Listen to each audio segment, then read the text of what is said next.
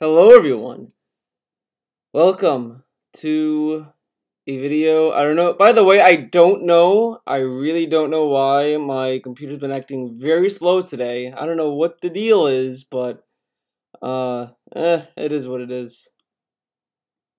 I probably should shave, but fuck it, I'm not gonna shave. I don't look, I probably don't look that bad anyway, so, you know how it is.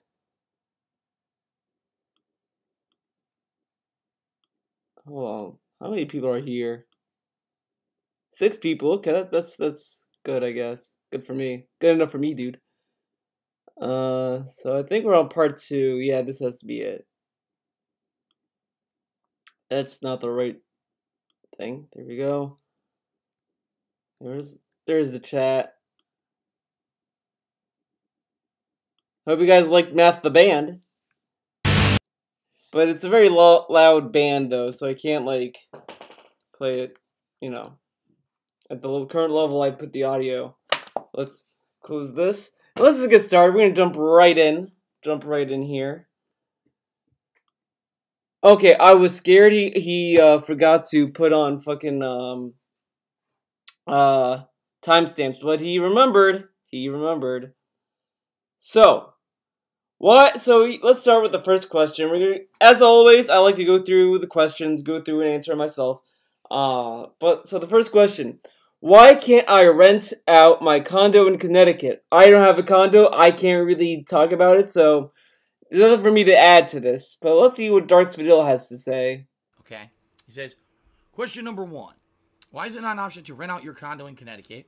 Even if it's only a few $100 a month, wouldn't it be worth it to do a long distance with a property management company? Yes. Let me explain the difference. Now I know somewhere he decides to have a lozenge. A lozenge!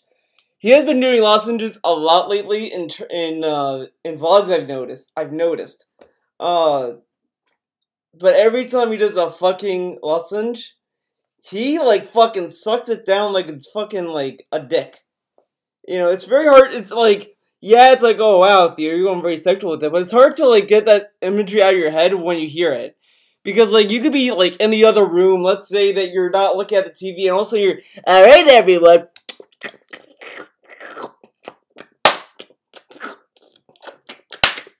I mean, it's kind of suspicious. I mean, it sounds like something from a Negi story.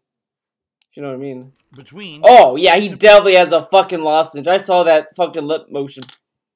Yeah, he fucking sucking one down, dude. Now, I've also had cough drops, like lozenges, I guess, during my time of being on this planet, and I don't ever recall sucking them that hard. Fuck, how late am I? We just started, Arizona. He sucks down those fucking lozenges so fucking intensely. It is just insane. I just can't imagine having someone that's like... I mean, it's ridiculous. Simply renting a place that you own and having a property management company. This is kind of an important factor. Many people know I still own that condo back in Connecticut, right? That from 2009 through 2014, I was making all my content in, okay? And so they're like, why don't you get rid of it? Can't get rid of it because it's underwater. No, not physically. It's not actually underwater. What that means is... I love how he, like... It's underwater. No, not underwater like the water. Okay, this is how smart I am. I know fucking lingo, dude. Just fucking describe it like a fucking person. I mean, it's just so fucking annoying. I owe far more on the mortgage for the house than the house is worth. When I bought it, the housing market was way up. So I think it was like 130 grand or something. It's now worth 60 grand, even though nothing's gone bad with it. Why did he buy a condo that was that expensive, though? Everything's fine. The housing market in Connecticut has gone boop and tanked. The mortgage on it... No, it's so weird when he describes the housing market. I kind of don't understand it. I guess because I'm a fucking idiot, but he describes it like it goes down, like the values of homes go down. Are you fucking kidding me?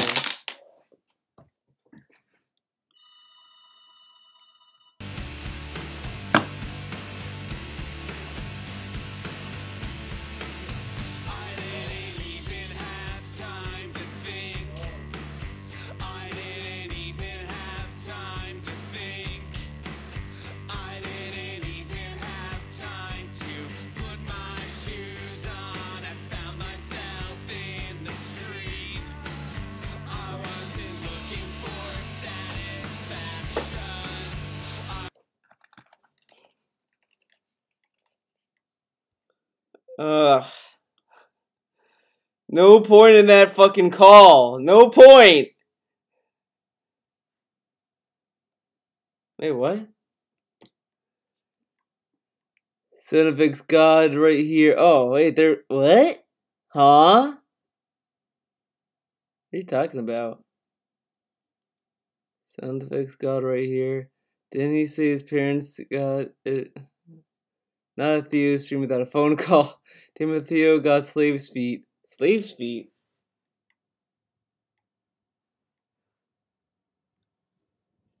What? Using me a sound effect. Oh, okay. But slave's feet? What? I must know what this means. You ran out of the room? Oh, is that what it means? Like, I run out of the room? That's why... Because I had to pick up the phone, dude. Come here. Is it a detractor beef?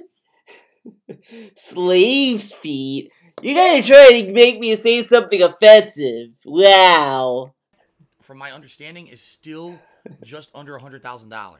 So I can't sell it because I'd only make 60 grand. I wouldn't have enough to pay the mortgage, and you can't just get rid of a mortgage still owing 40 grand. Okay.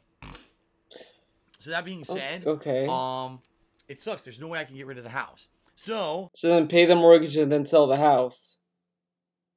I mean, so for all of these problems he has, all he has to do is wait and just pay the refinancing.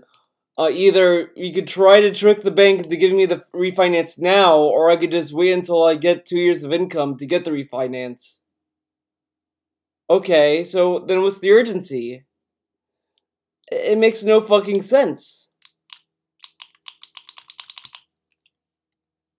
What options are there? It could just sit there and bleed my finances, which is what it's been for the past 5 years. That's exactly what it's done.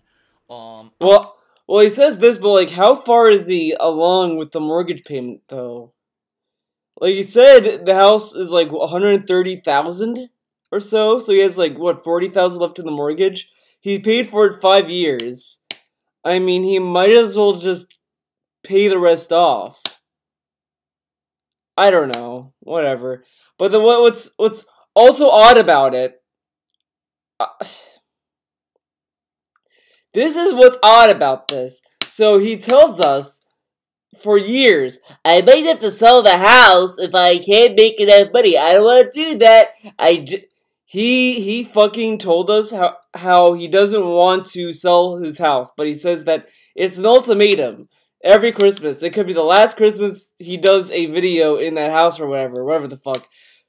The Washington house is younger than the Connecticut house as far as how long he owned it. So how come it's possible for him to sell the Washington house that he's still paying the mortgage in, but not possible for him to sell the Connecticut condo that he's still paying the mortgage in? It just doesn't make sense when you kind of take what he says and put it together.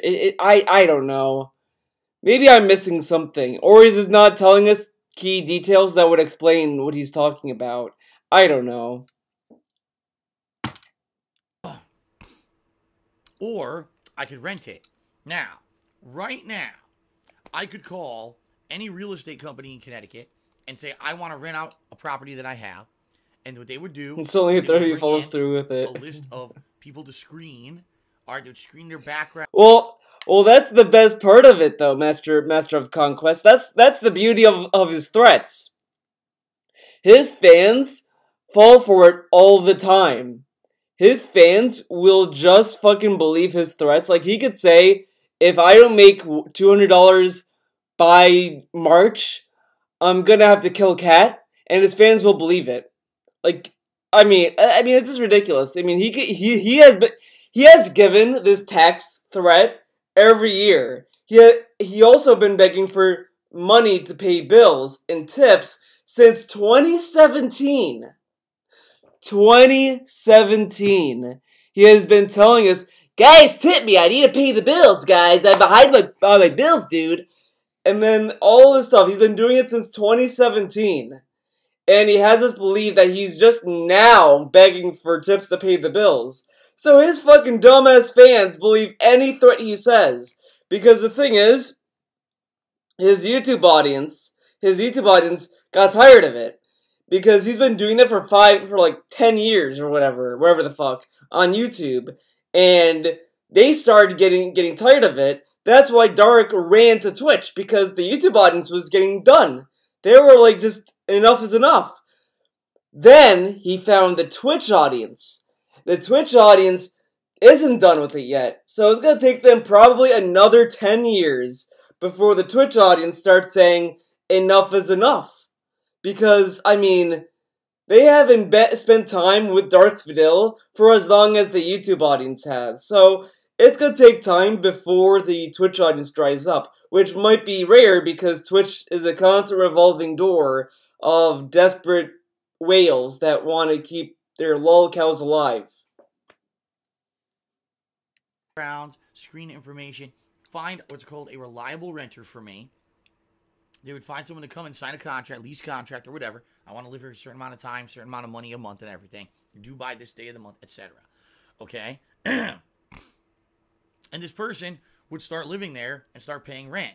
Now, that real estate company would take a cut of that money initially. It would only be like, I think they said it was like a cut of the first 2 months' rent or something like that. They would make a significant chunk. And after that, that's it. They're out of it.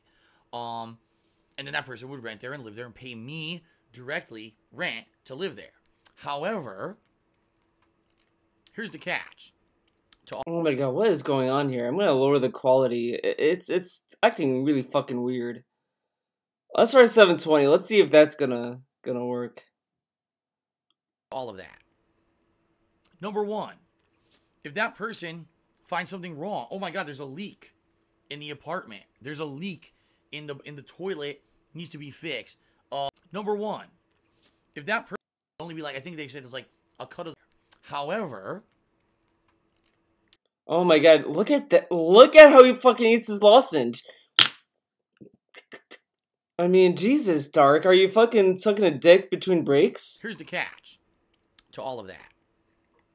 Number one, if that person finds something wrong, oh my god, there's a leak in the apartment. There's a leak in the toilet, needs to be fixed. The air conditioner died. Well, since I'm renting it, I'm responsible for maintenance. I don't live in Connecticut. I can't walk into the place to see what's actually going on. But it's a condo. Doesn't the landlord... Whatever. So immediately, the moment that anything goes wrong, I would have to hire a professional to walk in the door to fix it, whatever's the problem. So, oh, the faucet's leaking. Got to call a plumber, send them in there probably for hundreds of dollars to fix the leak. You see what I mean? See what I mean? Being a landlord is not easy. It's a lot of work, it's a lot of stress, and it's expensive. You need to bring in a significant amount of money to be able to afford to be a landlord. I don't have said money. My whole point is I'm trying. But you're not a landlord, though. The condo already has a landlord. Why? I mean, do these associations work like that? Like, do they really expect... Because it's a condo. It has a landlord already. I mean, what? How is Darksvidil gonna have the same resources as a landlord? Isn't a landlord like? It just sounds odd to me. I don't know. To raise additional funds. What if within the first year of this person renting the place, I'm making some money, but then half the money goes out to shit like that, right? That's not good. Now, in addition, as a landlord, you're now responsible for all the things that could go wrong. What if this tenant is a real asshole, and at night they have their friends over, they're making loud noises, violating all the rules of the condo facility there, and getting into trouble? Just like Darksvidil did. He made a lot of noise. Oh, that's a great picture.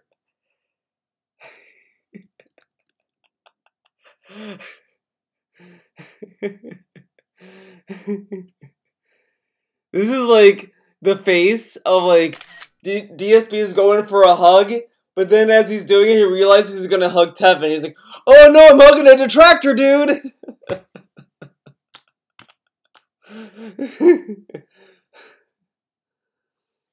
Derpy T pose. Let's call it confused T-pose. They're not going to contact the renters. They're going to contact me. They say, your tenant's an asshole, violating all the rules. Why would they? But, like, why would they call him? Why wouldn't they call the fucking landlord? I mean, the landlord would then call him, probably. But, I mean, he doesn't... They probably would not give him the same responsibilities as a landlord. They might give him some responsibilities over the person that they rent, but at the same time, but what is the point of that organization? Is that organization supposed to do it for you? Like,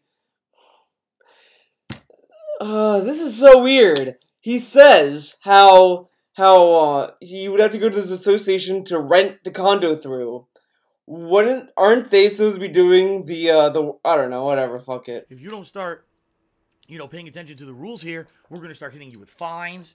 We're going to start levying lawsuits against you because you got a tenant here who's not behaving and is bothering all the other people who live here. So then I would have to find a way to get them either to stop, or I would have to take legal action against them, which, by the way, if you're not aware, taking legal action against someone who lives in a property that you own is a nightmare. Now, a third thing that could happen, which would really suck. Man, he really looks sucky on things. Would be, what if this person... These sound effects must be the sound effects that he makes when a Twitch staff is in the room. Just keeping that in mind. Person's just a complete asshole and ends up being a druggie or someone who's just there to rip the place apart. I actually saw on Twitter another YouTuber. Okay, who decided to rent out their old place, literally like what I'm proposing here at my place in Connecticut. And within 6 months, the renter stopped paying rent, and they didn't hear from them ever again.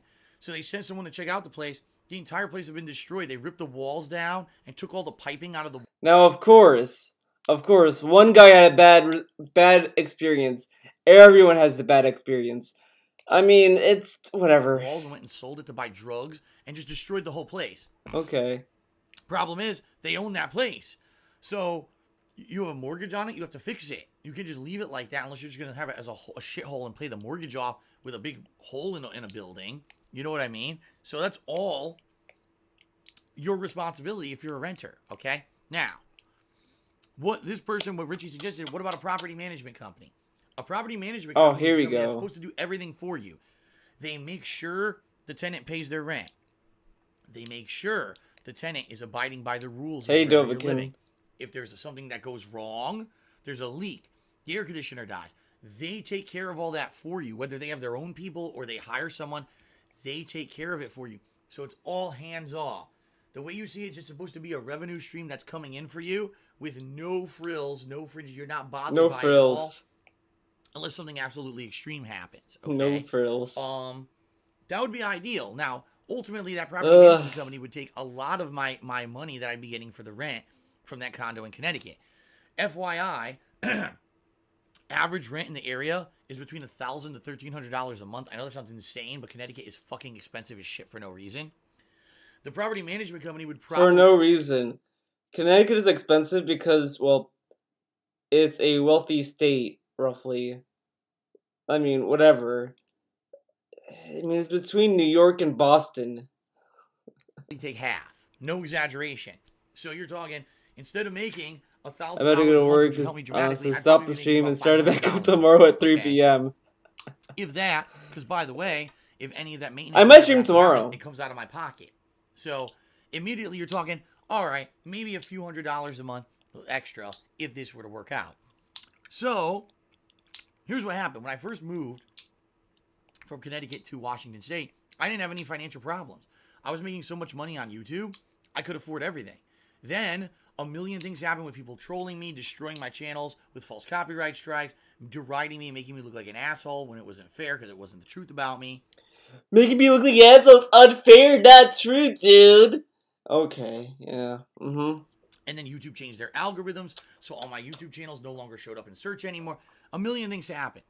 And so basically, after 2-3 years of that place sitting there, and actually what happened was my aunt was living there. I was allowing my elderly aunt to live there because I knew that she was getting very old and that eventually she was going to pass away. So she wanted somewhere to live in Connecticut until she could find assisted living.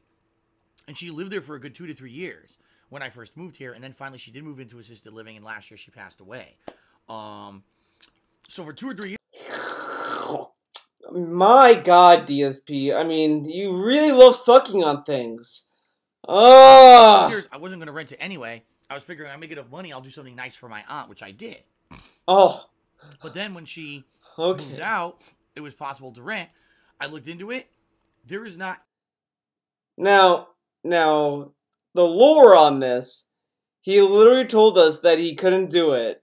Now he says that he did look into it. Okay. A single, reputable property management company in that area of Connecticut that will touch that condo with a 10-foot pole. I looked into it. And most of the reputable companies are mostly in the better parts of Connecticut, like northern Connecticut. Because you say Connecticut's a rich state, right? Every time I think Connecticut, I hear snooty white people who are rich, and it's the people like the movie stars that live in Connecticut, right?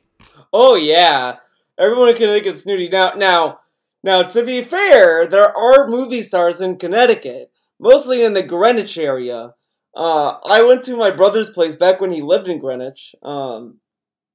He moved out ever since, but we went there one night, and we saw the actress who played Rosemary's Baby. I can't remember her name, but she was in Rosemary's Baby. My dad was a huge fan of that movie, loved that movie. He talked to her. So, I mean, there are like, famous people in Connecticut, but that's not, like, everywhere in Connecticut. It's not like you're gonna walk around Connecticut and bump into, like, Tom Hanks. I mean, it's fucking Connecticut. You know, the white parts of Connecticut, yeah. I mean, there are also, like, low-income parts of Connecticut. Connecticut's not, like, a utopia of rich people. I mean, that's not necessarily the case either. I mean, come on. That is true, but not the part of Connecticut where I live. The part of Connecticut where I live was southwestern Connecticut, which is considered lower income. Southwestern? You mean fucking Bridgeport? Why not just say Bridgeport? A lot of bad elements in that area, to say the least. And sadly, it's considered a high-risk area for tenant issues. So, most of the reputable... I mean, there are scary places in Connecticut. I actually did research, guys. I did research to see if Bridgeport's a scary place to live. And this is surface-level research. I didn't go too deep. And there are actually forums of people saying, yeah, Bridgeport can be scary when you go to certain parts of it, where you might get robbed or whatever. There are articles that actually go, not articles, but like forum posts that they talk about the risks of living in some parts of Connecticut. So, those places exist, but at the same time, it's fucking America. Everywhere is dangerous. I mean, come on.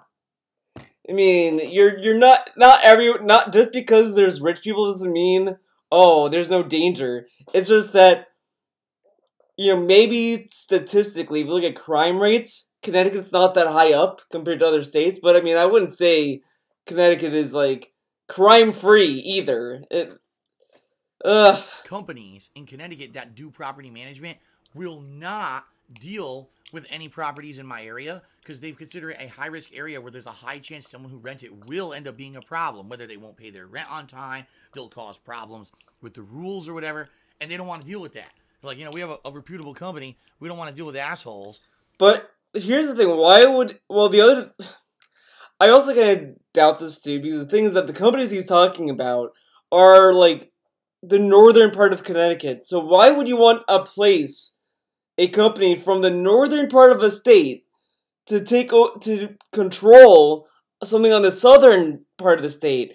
That is, like, terrible. That doesn't make any sense for them. Wouldn't it have made more sense for him to search for a company within that area? Why was he going from the northern part? It just doesn't make sense. Come on. Where we know that there's a high risk for that, and we have a lot of problems. So sadly, the only thing I would have to do is take an insanely huge chance on someone who basically has, like, no online ratings, no, you know what I mean, no history, no testimonials, and I looked at a couple of them. In particular, there was one person. Oh my god. I know I keep talking about it, but it's so he deserves the fucking shit about it. He's doing a fucking vlog and he's just like, alright everyone.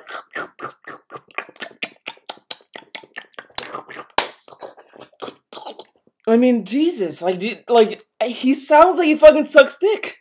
Like, it's so Fucking Audible. Ah. Who apparently was already doing property management of beach houses down at the beach side of the same town where my condo is in Connecticut. And I contacted this guy. No, don't clip the fucking. Listen, I live in Washington. We have a big time difference between us, and I work all day. So please give me email correspondence. This is the best way that we can talk. Here's what I would like to discuss, renting this place out, and we can have more further details if you're interested. The guy calls me immediately, even though I said in first contact, don't call me. Fucking calls me, leaves me 3 voicemails during a day. I'm trying to reach you regards, renting out your place. I'd like more information. He probably called because he probably wants to kind of talk more in depth with what's going on. Just talking an email might not be that great either. Just saying. So, obviously, I can't call him back. I'm working, right? So then, this was about 2.5 years ago, by the way. Oh, so, 2.5 years ago. Okay. I write him back an email again. I say, sorry, I told you initially in the initial email, I cannot email back and forth. I'm sorry about that. That's just the nature. You know, our time zones are different, and I work all day. By the time I get back to you, it'll be like the middle of the night for you. Please, let's have email correspondence. The guy fucking called me again. I write him back an email again. I say, sorry, I told you initially in the initial email, I cannot email back and forth. I told you in the email, I cannot email you back and forth. Now, I'm assuming it's a brain fart on his part, but how often do we see him do this?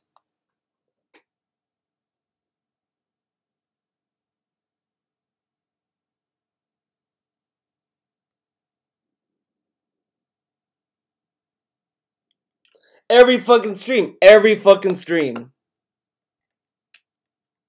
I'm sorry about that. That's just the nature. You know, our time zones are different, and I work all day. By the time I get back to you, it'll be like the middle of the night for you. Please, let's have email correspondence. The guy fucking called me again. That was it. I'm like, I don't know. This is supposed to be the guy who you're going to want to manage your property, and he can't get step 1 communication down. He's a fucking moron. So how on earth am I going to trust someone like that to take care of my property? And that's what I mean. Like, those are the kind of people who I found in Connecticut. Oh, yeah, I do property management. Well, do you have a website? No. Do you have any reputable reviews online? No. Is it the guy? Well, what the fuck? It's the guy. So I'm going to pay this person who I can't contact. They won't contact me properly to do a job and probably do a horrible job and get me in trouble. You see what I mean? I mean, why couldn't he just go on pre-stream, say, hey, guys, I'm expecting a phone call about about my condo. I'm going to talk to this guy about it. So I might have to take an impromptu break during the stream to talk to him. Why wasn't that enough? His job is the most, like, he could like, restructure the job around that fucking phone call. But instead he wanted the guy who works a more, like, responsible job, that is scheduled to work with, has other people to talk to. That guy has to be the one to structure his entire day to talk to Phil, but Phil cannot at all possibly restructure his streaming days to talk to him. That is just amazing. That is like, you go to the hospital to talk to a doctor, and the doctor's like, okay, well, I have these hours for you to make an appointment. Come to these hours. And you're like, well, no, see, I have to work all day. He's like, oh, so what do you work? I play video games. Okay, why don't you just take a break and then come to the doctor? No, you need to come to my house at, like, 9 p.m. and, run the test, do all this kind of stuff for me at that time. Well, you could do that, but you might have to stay overnight at the hospital, which might be more expensive than what you need. No, this needs to happen this way. Okay, fuck you, I'm just gonna fucking deal with it. It's just stupid. Like, he could literally have planned the day around the fucking phone call. But no, Darth Vadil, he cannot be bothered. He cannot be bothered by doing what plebs do. I mean, come on, it's Darth Vadil here, okay? The poor problem here. The poor problem.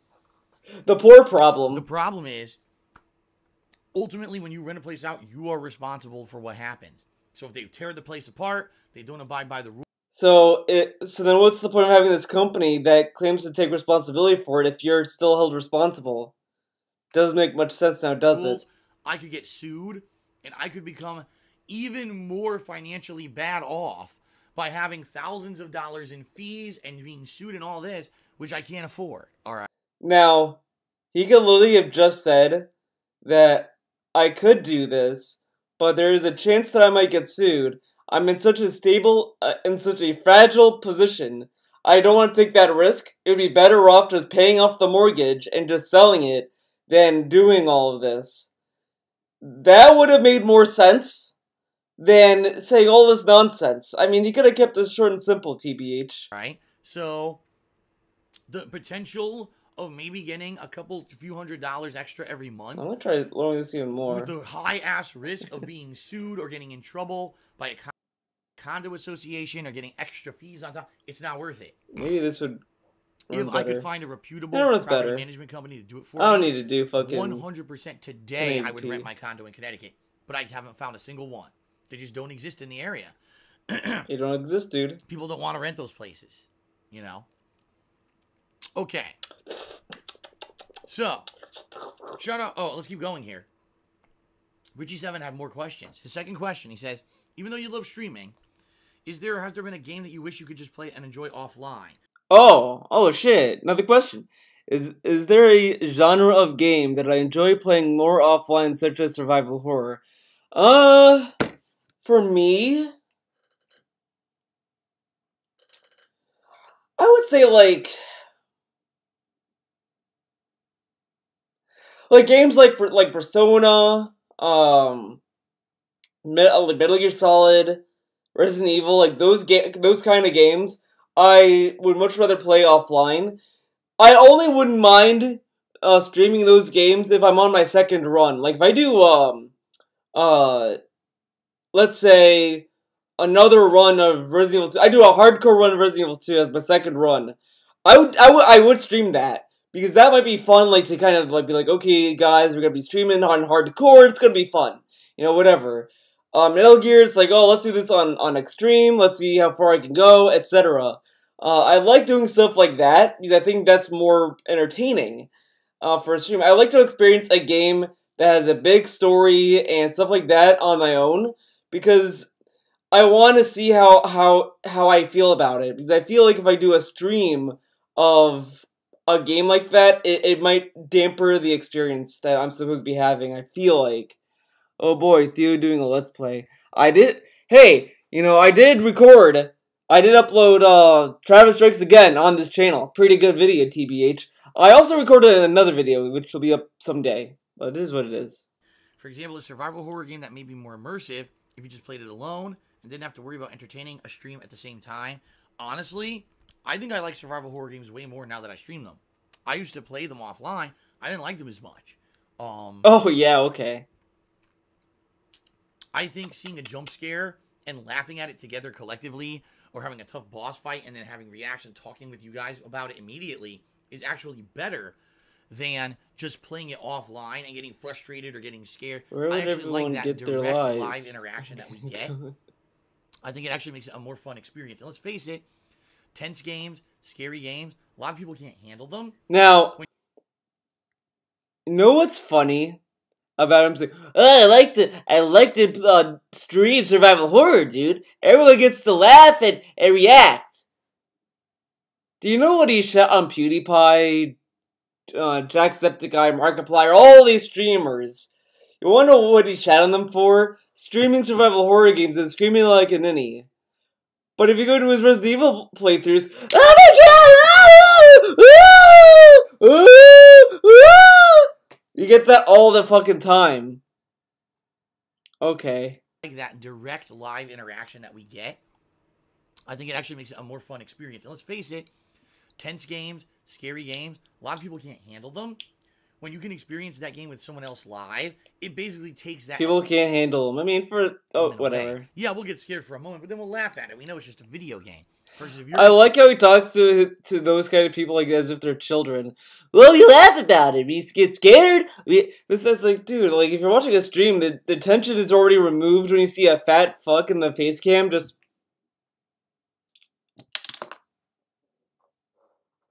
doing that. Like it kind of removes the element of fear. In a dark room. Here we go. Hold on. Oh, here we go.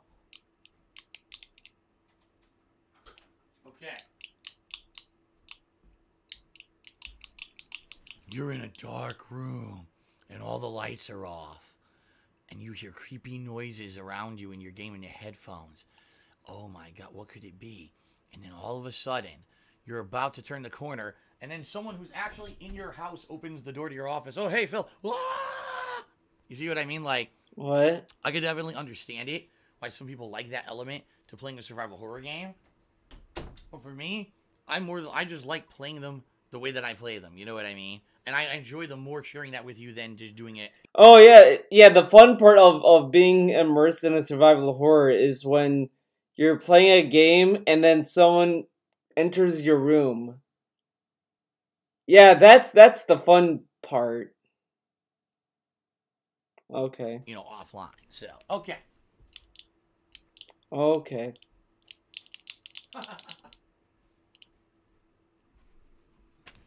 Don't worry, the lights are back on. The creepy monster's still here, but the lights are back on. Okay. Oh my God.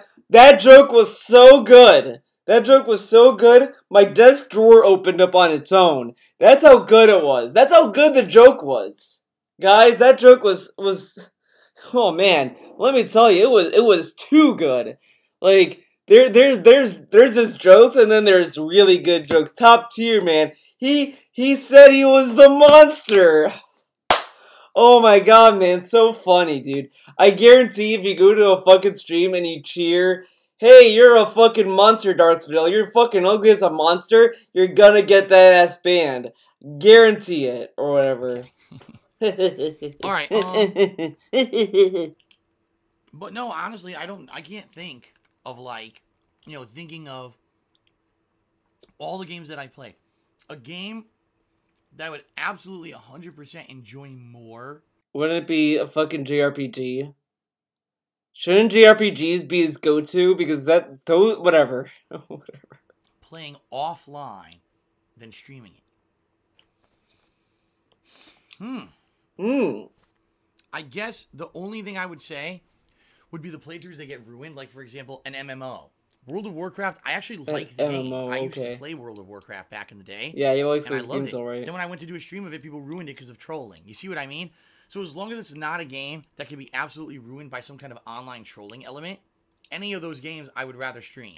But I guess I would say those games with the online capacity to be massively trolled and have it ruined, that's probably the games that I would prefer to play by myself. Look how shitty, like, he has to base everything off of what he streams. He's a gamer, guys. When you play games, you constantly think about fucking streaming and how the interactions with online matter when you stream it. That's where he's at right now. That's kind of pathetic, TBH. Okay. There you go. And then Richie says, what is the meaning of the cowboy hat for Ask the King? I get asked this about once a year. We're not listening to this. I'm sorry. I don't give a fuck about that stupid cowboy hat. I think it said it was like, oh, I went to a place for a tournament. This guy made a custom cowboy hat, so I fucking got it, dude. Best, worst, we're not doing food either. Well, we'll get through this a little bit. Twitter questions. So these are all questions that I took from favorite thing. Local place, Duchess. Duchess! That was a local place, only local, like, Connecticut area. I've never seen a Duchess, by the way. Feels bad, man. And they're fast or feels food, good. But it's more diner style. Like, they make everything fresh. Grilled chicken, crispy tries it. They were amazing. So I kept eating at McDonald's. With lettuce and tomato, got rid of it. How long did he talk about fucking food, by the way? 20... He talks about it for 9 minutes. A 9-minute fucking food discussion? No, Dark. We're done with that.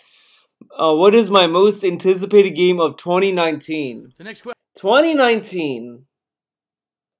Well, it was Travis Strikes Again, and that game came out, and it was amazing. Hey Zamzam, what's up? What's up, dude? But yeah, it was Travis Strikes Again. I was so hyped for that game. That game made me cave and want to Switch so bad that I got it for Christmas, and I was so happy. Ugh. Yeah, I would say Travis Strikes Again. My other one was Resident Evil 2, Devil May Cry 5. But I mean, as I said, the one that I was like deadly hyped for was Travis Strikes Again. That one was my most anticipated game, and that to me, it lived up to my expectation. Once I knew what it was, and when I saw gameplay of it, I knew exactly what I was getting from it, and the game was fucking great. If you really want to see my full thoughts, you can watch my Game of the Week video about it. I did Game of the Week of Travis Strikes Again. Again, really good game. Love that game. Great game. Thank you, Suda51. Thank you. Question. Wait a minute. Imagine if Leon got into Smash. Low tier, who says, "What is your most anticipated game of this year?" I don't have a most anticipated game of this year, but I briefly looked through the release schedule of the games that have set release dates. These are the ones that I'm the most hyped for: Resident Evil 2, Metro Exodus, Sekiro, dude. Mortal Kombat 11, Rage 2, Crash Team Racing's remaster, and Shenmue 3. There are many other games coming out, but those are the ones I'm most hyped for, and I'm sure when we get more information. Great fucking response. What's your most... Hey, Phil, what's your favorite, most anticipated game? All of them, man! I love all of them! All of them are most anticipated. He wanted one game probably from him to see what he likes, but he gives such fucking water responses. It's just trash. Well, this game, I like all games. Everything. I love everything, dude. Okay. About the rest of the releases for the second half of the year, of which we have like zero info. I'll get more hype for the rest of the year as well, but this is basically for the first half. That's what I'm really excited for. Okay. All right. Again, I love that he gave the fucking food question 9 minutes. Quit about games? A second. Fuck it. Okay. The next question. How have I changed as a person over the years? Well. When I was in high school, when Theo here, Greek Theo, the Greek man himself, was in high school, he was a awkward guy. He was an idiot. He was a fucking idiot. He was a fucking retard. Fuck him. He had some friends, you know, he had some friends, but you know, he was like, oh, I'm afraid of weed. I'm afraid of doing things bad, man. I don't want to break the rules, man. Dumbass kid. I was a dumbass kid back then. I mean, I thought fucking Big Boss was Solid Snake. I thought dumb shit. You know, young Theo wasted his life. Okay? But then Theo went to college, and then everything started to open up. I started getting drunk some more, got more friends. I even went as far as I joined a fraternity, but that fraternity, you know, became nothing now. That I outlasted the fraternity, dude. So there's that. And then I started to get more social. I started making better videos. My videos used to be very fucking. I started making videos. I take that back. In college years, where I would be like a poor man Mega 64 ripoff. Like I'd be like, "Yo, what's up? Theo, I'm gonna be talking about this game." And there was a video at one point. I turned the camera to the TV. I used to record gameplay just like Darks Vidal here, and I didn't even know who he was at the time. That's how crazy it was. I don't know what happened to the footage. I don't know if I uploaded it to Facebook or YouTube or where. I don't know where the video is. Someday I'll find it. But I used to record a video like that, and it was something. But then, you know, after he did some dumb videos, he started to really pull back and make better videos. And then he started putting some effort into it. And then I went to school for art. That's how I got these skills, these badass skills, I guess. And then I went back to school because I was like, wait a second. I want a better, stable job. So why not try for a pathology assistant? So I'm going back. I'm starting to mature. I'm starting to learn. I'm starting to keep a level head about stuff. I started to have fun. I got to relax and I got to talk to people, and it's all history. It's all history, dude. Is how do you think you've changed as a person throughout the years? Many different ways. All right. As I said before, when I started on YouTube years and years ago, I was an idiot. I'll openly admit that. I remember on one of the earlier episodes of Ask the King, someone came in with a question and said, Theodore from bully to now. Is now going to charge Hey, I wouldn't say I was a bully because I was getting bullied. It was very weird. It was like all over the place. This is going to be nothing but self-masturbation pretty much. Minecraft, but up to now, he's been giving it away for free. What are your feelings about that? And at first, I went off on a rant about how Minecraft is only for children, and I don't understand why it's so popular. Of course they go to the Minecraft. This is, like, so meaningless now. It's meaningless. Every time he brings it up, it's just white noise, because he still acts that way towards Fortnite, Call of Duty, Kingdom Hearts. Like, he thinks that Kingdom Hearts 3 has an influx of Disney princesses, so that girls could play the game. And I'm just like, yeah, because men don't like princesses. Okay. Even though I never played it, and I had no frame of reference to make such an answer. Then I basically called... Oh, so...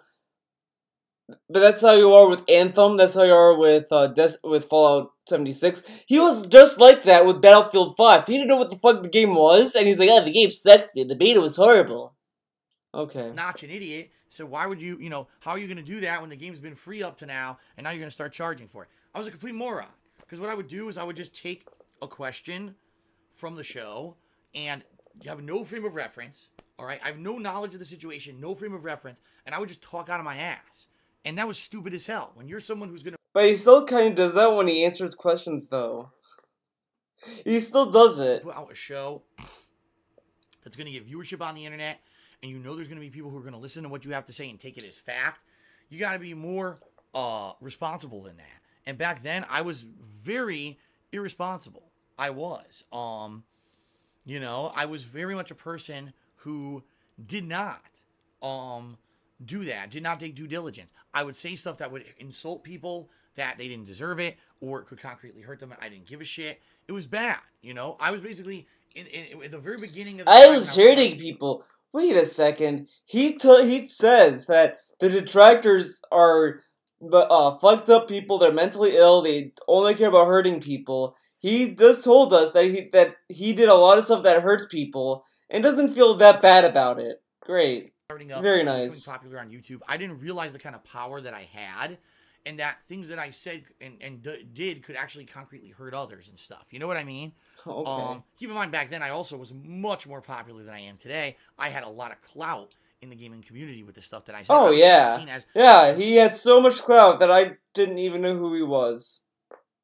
The Joe average gamer who doesn't have an insider view. So this is how the outsider gamer who still likes games but isn't in on all the industry stuff thinks about stuff. That was very different. You know what I mean? Very different back then. Now, a lot of the times I'll see questions that are like bait questions. I won't answer them anymore. You know what I mean?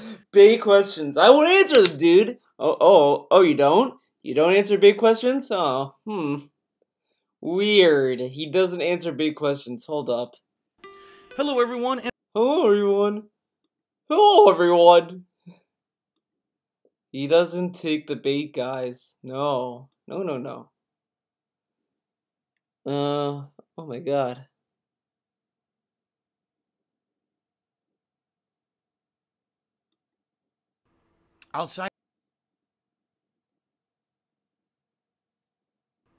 Outside of that, I just want to assure all of you that as I continue to play Kingdom Hearts 3 over the course of this next week, which I will be doing, you will not have to worry about my streams being basically...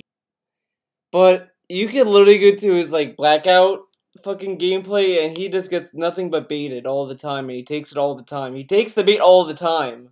You're going to ask me about a situation. I know nothing about this situation whatsoever. Why am I going to address it? Or at least if I see a situation I'm gonna try to do some research first to figure out what actually happened in that situation before I'm gonna address that on a stream. You see what I mean? So at least in this day and age, I try to be a lot more responsible.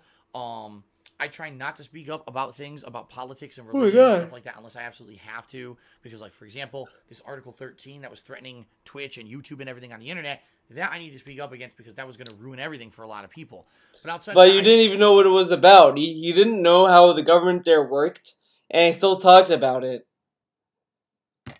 I mean, that's still talking out your ass, Dark Spadil. I mean, come on. I always try to stay outside of those realms. I'm the guy who plays games. I know my role. I'm here to entertain. I know my role. Chill and relax when you watch my streams and to have fun. I'm not the guy to stand on a soapbox and say, I know better than everyone else, and here's everything that you should know because... Yeah, instead you get, please tip me. Can you guys tip me? I have bills to pay. Please tip me. Please. Yeah. Yeah, instead of getting the soapbox, you get a beggar. Very good. Very nice. You know, big smart Guru Phil is now going to tell you Guru about Phil. life. I'm not. You know, people ask me on streams today, what, you have love advice and stuff? No, I'm not going to do that shit because that's not what I'm here for. You know what I mean?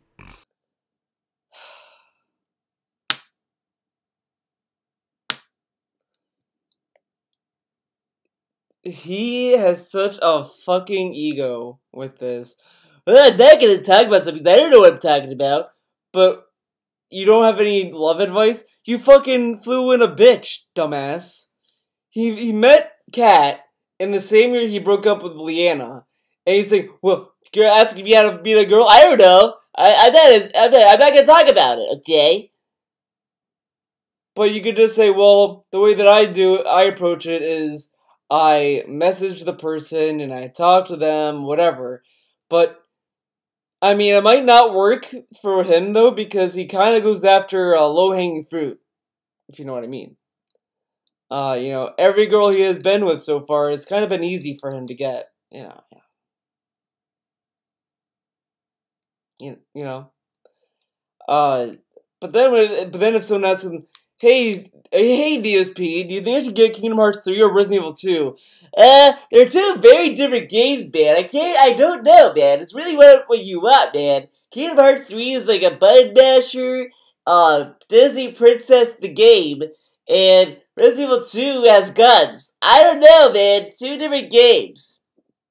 He doesn't go into the content or the quality or like, oh, I like Resident Evil 2 the most because it's a fun game, it's challenging, and I think you're gonna get more out of it than Kingdom Hearts or whatever. He doesn't do that. I wasn't like that back in the day. Also back in the day, I was very, very... So instead of getting actual conversations from Dark, you'll just get, I don't know. I don't know, man. Okay. And obstinate. If you gave me feedback or suggestion to improve, my opinion was, well, look at me.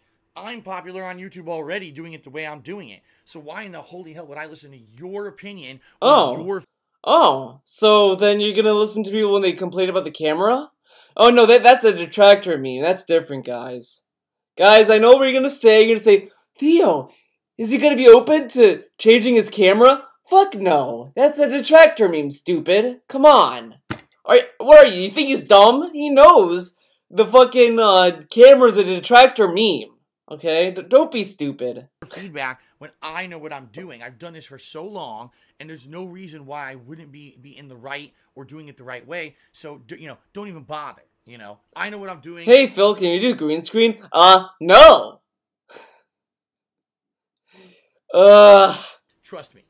And that's different from today when a lot of people give me suggestions. A lot of people gave him suggestions to upscale his fucking camera. And he said that, well, since a lot of people were talking about the camera, it has to be a detractor meme. So you gotta be careful. When you want to give DSP advice, you gotta do it in a strategic, autistic way before he can actually listen to it and decide to do it. You can't just, you know, go in droves and say this should change. You need to like kind of time it. You have to plan it out, I guess. Okay. Try this game.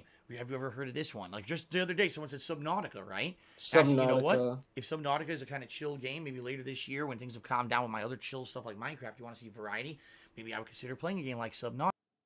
Subnautica. Remember the meme of 2019, the beginning of 2019? Oh, so you guys could suggest games for me to play, and I'll play them. Hey, Phil, can you do Travis Strikes Again? Okay, I'll write it down. Guys, I'm not gonna do Travis Strikes Again. It's too expensive. $60 is too expensive, even though it's $30.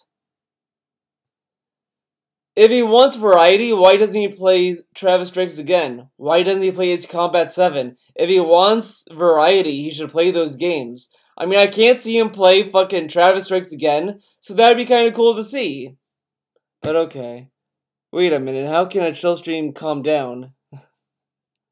That makes no sense. Subnautica. Previously, I'd be like, I don't know what Subnautica is, I'm never playing it, and just throw it away and never play it. Like Battlefield 5, No More Heroes, Travis Strikes Again, Ace Combat 7, the Silent Man, or the Quiet Man, he kind of threw out. Okay. So that's kind of a big difference. I take feedback. I listen to criticism, where I used to not do that at all. I would write it all off as hogwash. I'm the person who's hogwash, not you. I know better than you. That's such a the new DOA. He threw that out. Elitist and just wrong way to approach this kind of a thing. I gotta understand that the reason I'm popular is because of you. You guys watch. You guys interact. You guys. Oh yeah. That's why I'm still here. And so yeah, he has to be so grateful to you guys. But give me $200 a day for me to fucking pay the bills, guys, or I'm gonna go away and never stream ever again. So I need to work with you to constantly improve my content. I can't be behind the times. I can't be the last guy to adopt direct capture, the last guy to make live. But you're the last guy to do 1080p camera. Streaming my deal, you know what I mean? And sadly, I hate to say I was for a while. Thank God now I'm not. And in a lot of ways, being a full-time streamer, I've actually gone to the forefront of that. And there's a lot of people who are behind me still stuck on YouTube making edited videos, and he's on the forefront because he moved to Twitch, and then everyone that's on YouTube is behind him.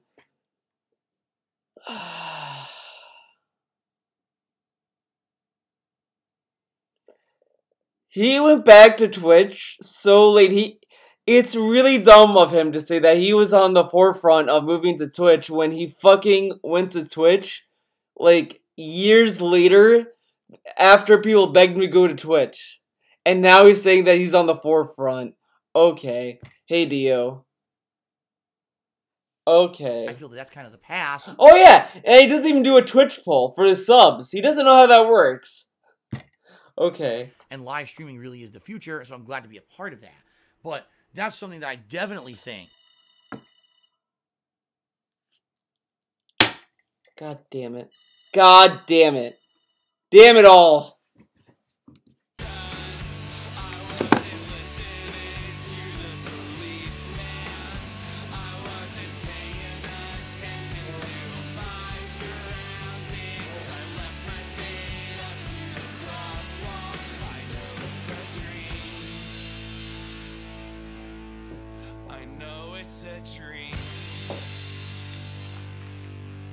It's always a dream.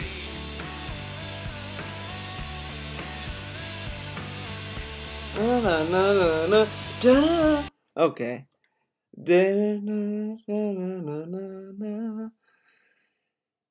Theo's uncle finally found Theo. Theo needs to take a call so he can set up people to run his condo. This band sounds like Pavement. What?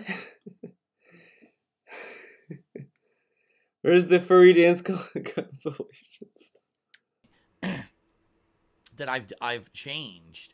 I've changed in the past from how I was in the past to how I am now. And I would basically say kind of the last thing would be that I now actively, when I see a situation, I try to look from the perspective of the other person. I try to put myself in their shoes.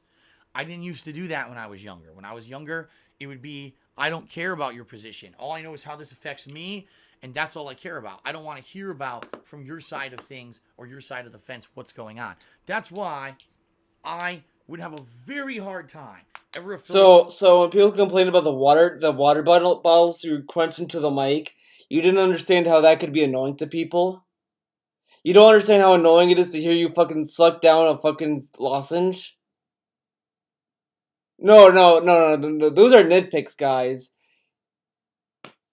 Okay. Affiliating myself with only one political party in the United States, because there are some things over here I agree with. Oh, here we go. Politics. There's some things in the middle that I agree with, and there's some things I disagree on both sides. And a two-party system is so divisive because you got so many people like, well, in general, I think a two-party system is so divisive, guys. It's like there's two parties. Party better because I agree with them more often. So I'm that. I refuse to do that.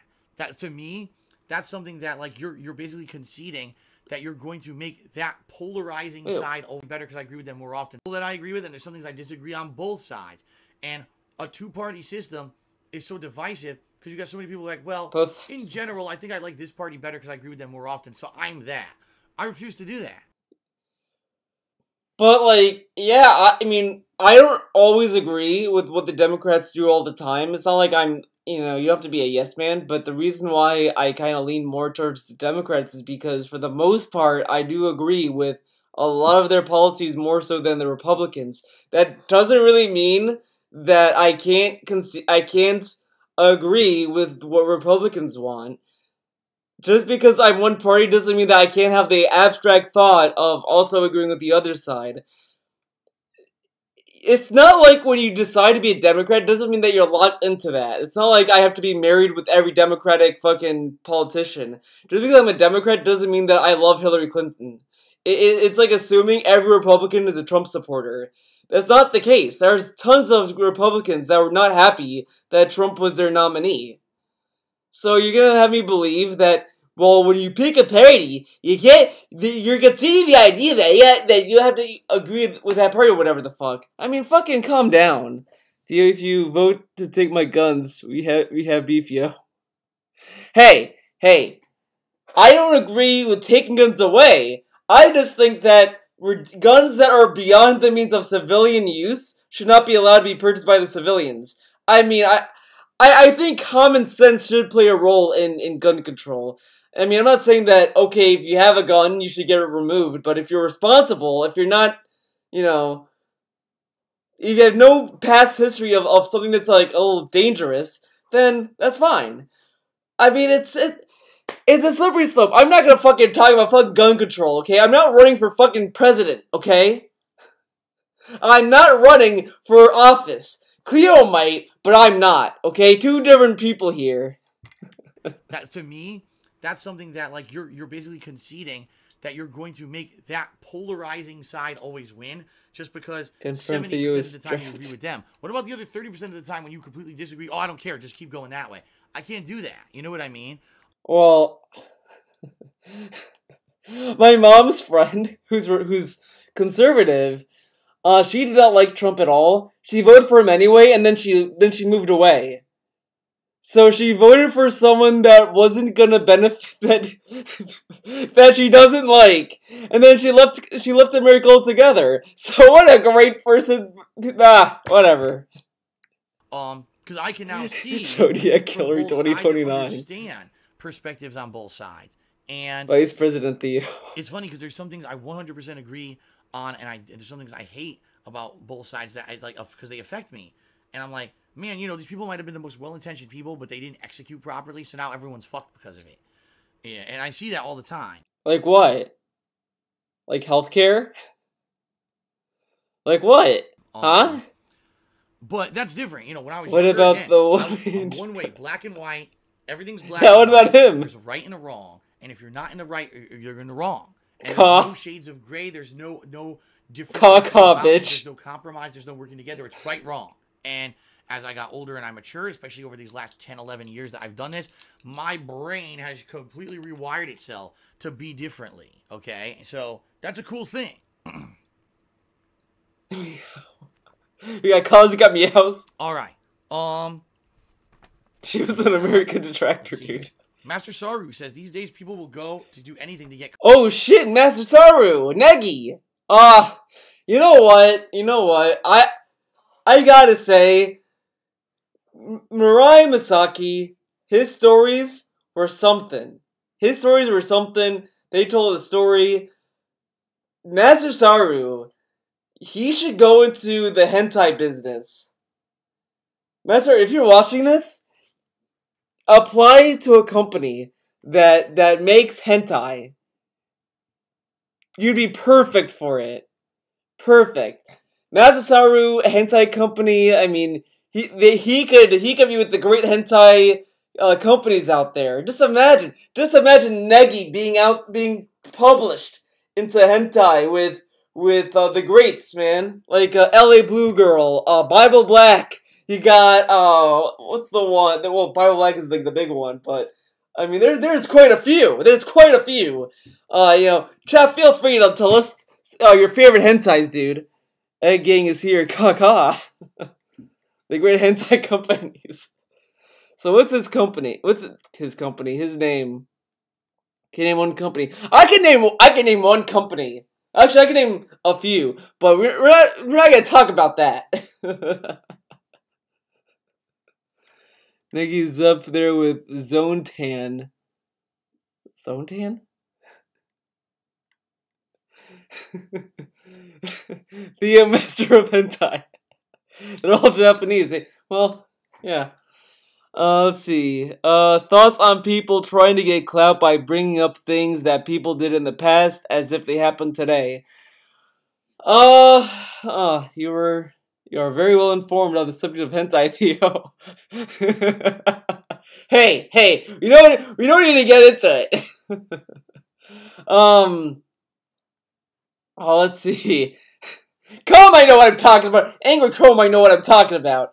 But anyways, so let's see. My thoughts on people trying to get clout. Who fucking cares about these people? I mean, in a way, in some cases, it kind of helps bring to light some of the things that people have done, and you know, and how remorseful they are. Because a lot of times, like when someone brings back memories of something that they did in the past, and they're not truly remorseful, I don't really buy that they're a different kind of person, you know? Like, you know, it's something. And the people that do it, who fucking cares about them? I mean, they make videos, who cares? Clout. For example, someone tried starting beef with Ninja over something he did a year ago. What do you think of clout chasers and the people who think it's okay? It's stupid. Because, you know... Well, it depends on the context, though, dude. Come on. It's like I just mentioned. People change over time. So imagine someone still goes after me for something I did 10 years ago. They still do. They will still go after a video that I put out in late 2010. So we're talking over 8 years ago. Oh my God, that was the one time when Phil did something that... Oh yeah, because there's obviously nothing that he did recently that people don't like him for. The water bottle crunching, the sucking down lozenges, threatening that 11-year-old that he wants to slap across the face, threatening people to pay his bills.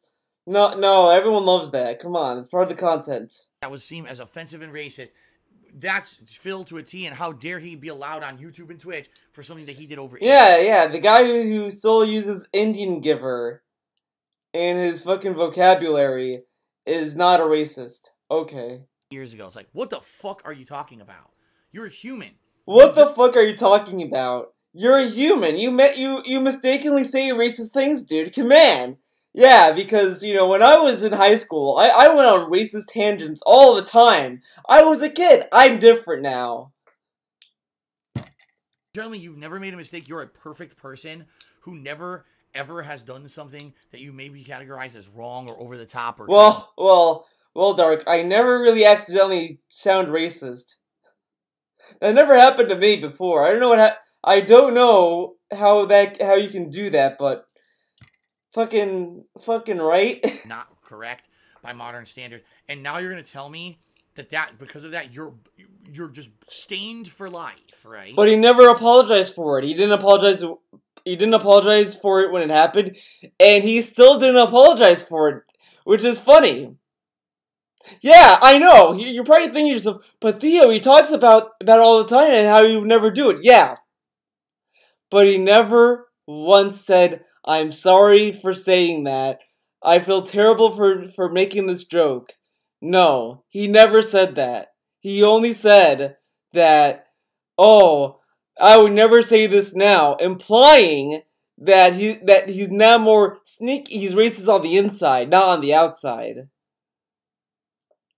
Didn't learn a thing. So I mean, but he's only human. Humans always accidentally become racist. Slavery was just a mistake, dude. We should look back in history, and the reason why people have slaves was because it was an accident. They were humans, guys. They did slavery because it was an accident. They didn't know any better. It was whoopsie doopsie. Now we have U.S. slaves, dude. Whoops. Sorry. Yeah, that's how it happens. Hitler was accidentally a racist asshole that caused genocide. It was all an accident, apparently. Great guy, Dark Vidal. He is the mascot of our generation. And what you see is people who try to do this shit. You've seen it on social media recently. Oh, let's look at a celebrity tweet from a decade ago. That, oh my God, that was an insensitive joke or a tweet that was insulting 10 years ago. And now that person, you know, can't make movies anymore or can't even get a gig in stand-up or loses a job because, oh, you found something insensitive they did 10 years ago and you're a clout chaser. Oh, look, I'm the guy who exposed this guy for who he is and blah, blah, blah. Get the fuck out of here. The bottom line is, when you are a celebrity or if you're someone did 10 years ago and you're a clout chaser, oh, look, I'm the guy who exposed this guy for who he is and blah, blah, blah. Yeah. Apparently there was a, I mean, the one thing you'd think of is, what's his name? Kevin Hart, I think. There was a tweet that was exposed that he said a homophobic joke or whatever. Now, the guy who brought it up, did you guys see the guy who bragged about bringing up Kevin Hart's old tweet? Not really. How about the Dave Harmon stuff? Someone brought up Dave Harmon's odd joke, and the guy wasn't bragging about it. Okay. Homicidal joke. Get the fuck out of here. The bottom line is, I despise you are a celebrity, culture. or if you're someone who at least at face value, has some kind of public persona, okay?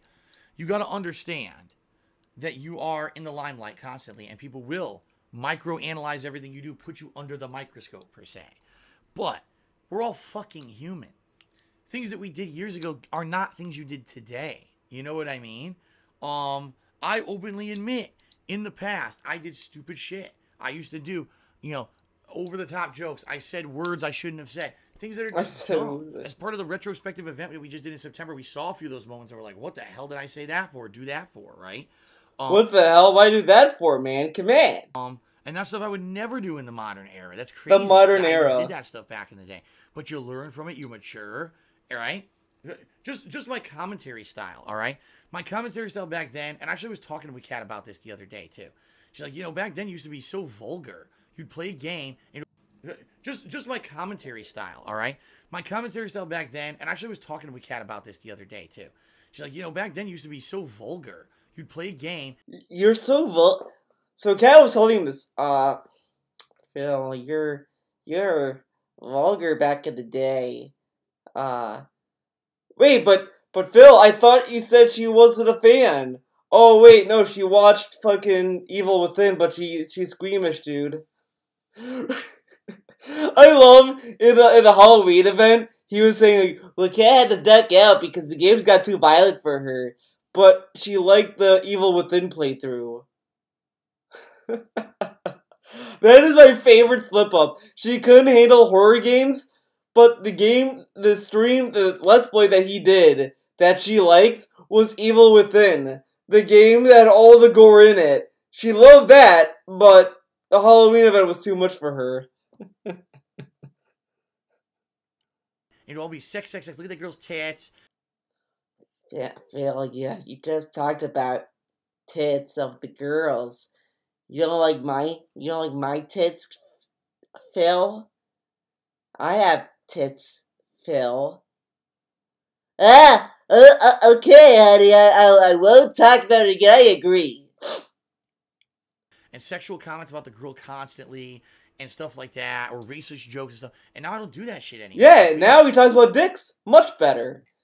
Guys, I'm opening the door! Opening the door, guys! Remember that fucking gameplay in Resident Evil 7? Oh, well, I'm gonna go to that fucking playthrough. Why not? Why not? Fuck it. Let's go to DSP Gaming. Did I just see DSP Stinky?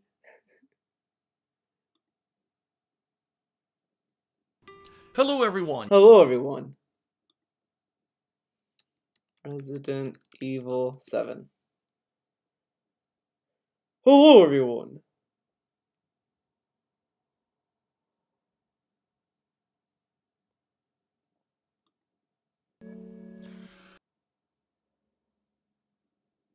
Oh, God. Oh, yeah, he also commented about Zoe? Zoe's face, like, oh my god, look at her, she's a butterface, dude. God damn, I can't fucking find it. Not worth it anymore. Not worth it anymore. But he fucking, like, was opening the door by ramming his stick into the controller. He fucking, talked about things shoving up his ass. Oh, up my ass, dude. Up your ass. Up asses, dude. Dicks up the ass. Dirty diapers. Bubble guts. Now I've said this before. My theory is that DSP has a diaper fetish. I think he has a diaper fetish. Every time he plays Street Fighter 2, he would not stop talking about Dirty Diaper Honda. Like, he kept talking about it. Like, it was like minutes at, like, every second that he was playing E Honda. Dirty diapers, dude. I'm gonna slam him like dirty diaper. Dirty diaper. Dirty diaper. Diaper. Dirty diaper. Diaper. And now he's talking about bubble guts. I mean, I'm telling you, he might have a diaper fetish and an inflation fetish. I know no one wants to think about this, but Darks Vidal, his commentary is so stale that you just kind of, your mind wanders, and it wanders to territories you don't want it to go to. It out and people still like my stuff. You know, I think back then it was more of a, oh my god, this is the guy who's over the top extreme, and I kind of take that from. It's both and 13. He loves dirty diapers and shit. He loves it both. Come on. From watching the Angry Video Game Nerd, where you watch it, Wait, what? I phased it out, and people still play a game, and it'll all be sex. Look at the girl's tits and sexual comments about the girl constantly and stuff like that, or racist jokes and stuff. And now I don't do that shit anymore. I phased it out, and people still like my stuff. You know, I think back then it was more of a, oh my god, this is the guy who's over the top extreme, and I kind of take that from my influence from watching the Angry Video Game Nerd, where you. Oh yeah, when you watch the AVGN, he definitely overacts and acts like a clown in front of the camera. I mean, it's not like he has a commentary style with his video, and he interjects jokes at the time of the stuff that go with what he does. Yeah, when I go to the Angry Video Game Nerd, he talks about sex all the time. Oh my god, shit, fuck, I wanna fuck her.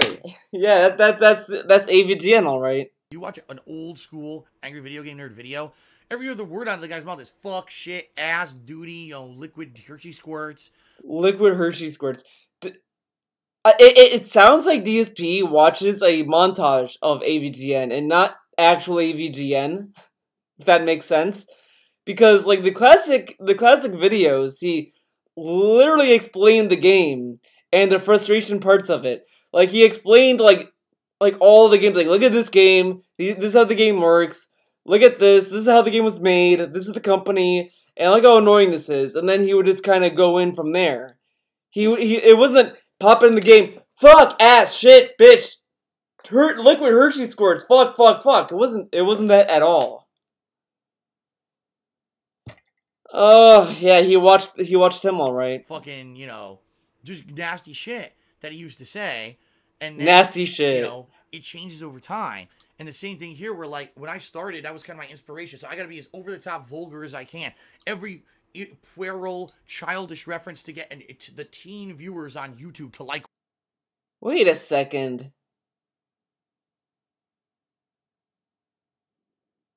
What I'm doing. I started, that was kind of my inspiration. So I got to be as over-the-top vulgar as I can. Every puerile, childish reference to get the teen viewers on YouTube to like what I'm doing.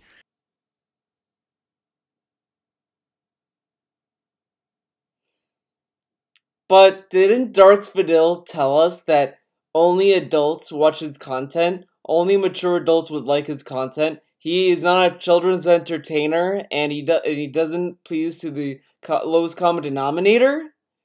Didn't Darks Vidal tell us this for 10 years? Huh.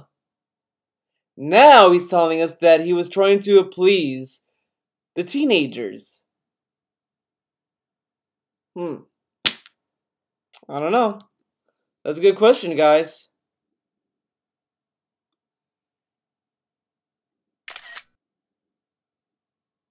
Very weird. And laugh at my jokes and stuff. And then after a while, it got played out, man. You know what I mean? Like, it just got bad. It just got like, why am I still doing this? And I didn't even enjoy doing it anymore. It became more, I'm a childish comedian who's here to do stupid, gross comedy, sexual comedy, instead of actually being someone who's here to have fun and enjoy the game. You know what I mean? And it was actually, when I mellowed out more, I cut that out. I started being more reactive, more serious with my playthroughs, doing more lengthy side content and enjoying the stories more, interacting with you guys during the streams and doing more chill streams. I think things have gotten much better, you know? But look how different Phil of 2019 is versus Phil of 2009, you know? Night and day. Yeah, dude. Now he looks at the phone. He plays with his face. He yawns. He burps. He smacks. He sucks. He looks at the phone. Better commentary. The kind of commentary and stuff that I used to do. Very cool. And that's the thing. A clout chaser. Did you see what Phil did 10 years ago? Look at the kind of person he is. And they still do this. Like, for example, I'll try to get a sponsorship. And I'll announce the sponsorship, because obviously if you're going to have a sponsor, you have to announce it so people know about it. And immediately they'll go attack that person on social media. Did you see this racist thing he did on Blip TV in 2010? Did you see this thing he did, 8 years ago? What the fuck? It's like, show me something recent. Show me something recent. Okay. Okay. You know, that Phil's still like that and he does those things. You can't. But that's you it. Can't. They just spam the fuck out of these people looking for clout and get people in trouble. And they're looking for clout. Yeah, we have people that are actively looking to get clout now. They do. They literally get jollies. They get jollies. You really love saying jollies. You got. You know, it is what it is. The modern clout chaser for me. Some faggot. Are the people who steal my content just to be negative about it. You know, it is what it is. The modern clout chaser for me are the people who steal my content just to be negative about it. Oh yeah, I'm doing this just to be negative about it. You illegally restream my streams. Oh no. You download my videos off YouTube and re-edit them for your own sake. Oh no. Just like the people who worked on the Cock. Remember Cock? Say nasty shit about me. That's the ultimate clout chaser. That's a person who has no fucking talent whatsoever. Kinda takes talent to edit videos in a fun way, though. You know, like, D. Davidson is pretty talented. He did one video that I could think of that was his own content he edited together, and it was actually really good. It was actually kind of fun to see.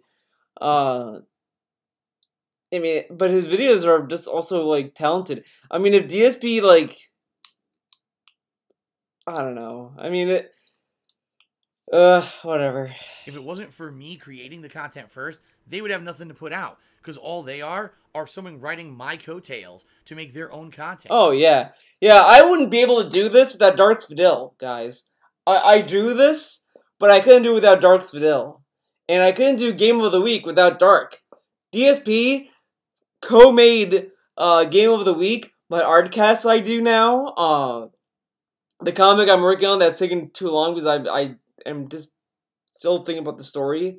But all this stuff that I'm doing on my own, it's all because of DSP. And they know for a fact that if I were to go away overnight, they'd be done. So yeah, I'd be done, guys. Oh, God, we'll harass Phil, we'll fuck with him, but don't ever destroy him because what else would we make fun of? And But I thought you said that you want people to not destroy you. Like, didn't he say that, well, at least the people who do troll me don't try to destroy me, right? They're not like the SOK that try to destroy me. At least they're not destroying me, dude. But now, he kind of makes it sound as if he would much rather have them destroy him. So, I mean, to a degree, I guess that he would like that, because then he could get pity points.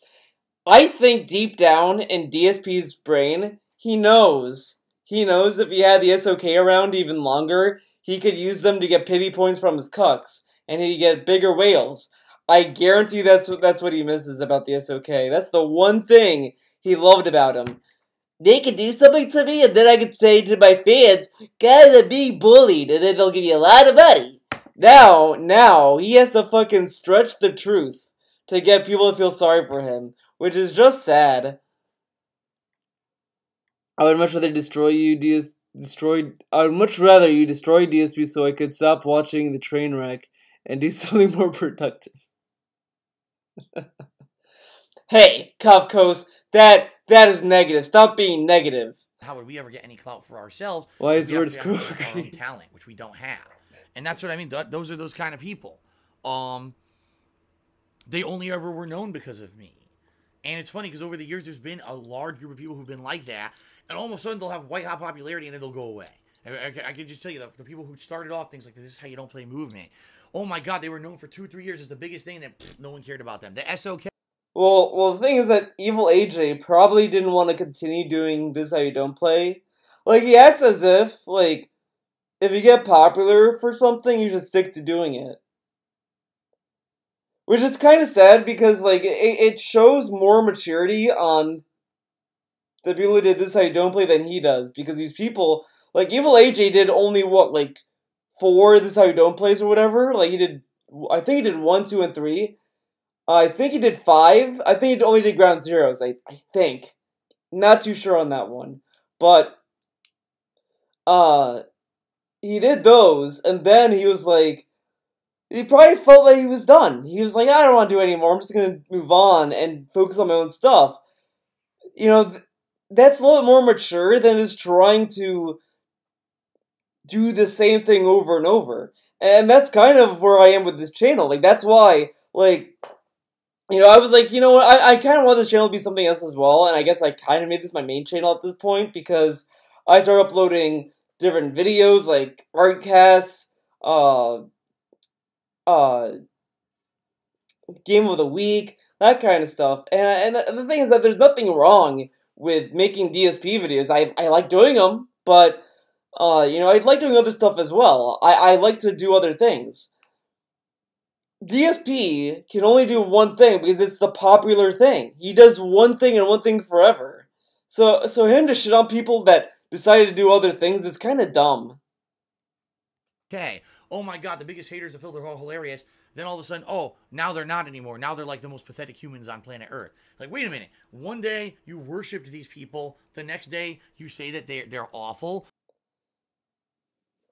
It's almost like people didn't realize they were assholes until people started leaking information about them.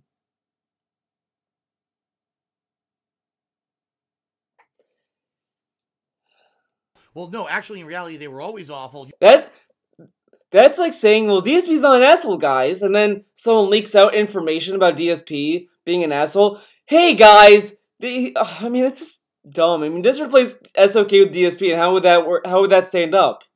Because, like, a lot of people don't see DSP as an asshole.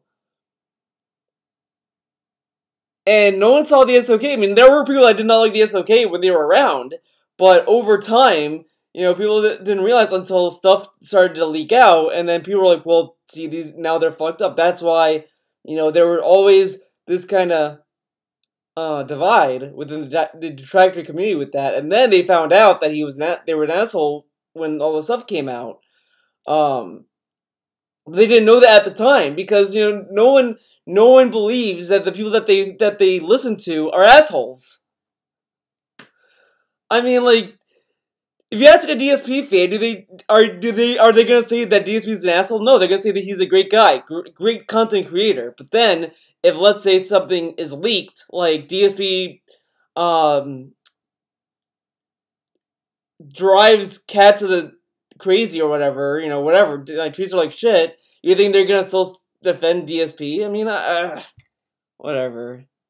If you think Phil is bad, you're mentally ill, black or white, choose. You're just a fucking idiot who went with a bandwagon, right? But that's what I mean. These are... Yeah, you're an idiot to follow a bandwagon. Okay, so DSP fans, you're all idiots for following a bandwagon because we say that DSP is an asshole, but you're waiting for leaks to come out that show it. So you guys are assholes. Once you all wake up to realize that he's an asshole, you all are dumb. Okay. All just clout chasers. Someone, oh, here's someone who has some kind of notoriety, some kind of popularity. Bring them down however we can. Throw our hooks into them and pull them down. Whether it's show something outdated from years ago, whether it's spin something to be negative to make them look bad. But you know what's funny? These sponsorships that they've been dropped. You know what's interesting? He had sponsorships from Loot Crate, 1UpBox, Amazon Associates Link for a while. Didn't have any issues with them, and that was all during the time of the SOK. All during that time. The SOK is gone, and they're gone, and he can't hold a chair sponsorship. He can't hold a Twitch bounty sponsor. But it's the detractors' fault, even though the biggest clout chasers, dude, are gone. Weird. We get some clout for doing it, and then they get pulled down a peg, and I can get my big penis erect. And I feel like I actually. The guy who brags about his fucking trophies are telling us about penises. Oh wow, gold trophy! Oh my god, gold trophy, guys! Oh my god, guys, I got a platinum in Spider-Man. I got a platinum. I didn't get a platinum, dude. Oh, look at these trophies, man. I'm gonna play Call of Duty Black Ops 4 because I'm the best in the game. I am the best.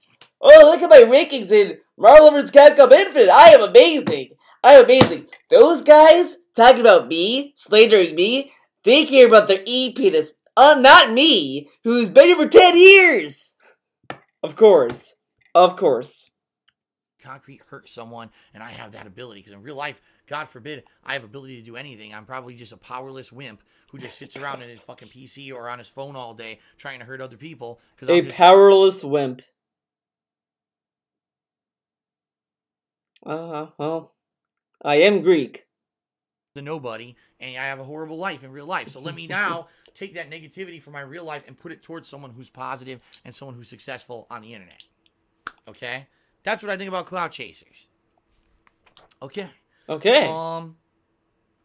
Moses. Okay. Let's see.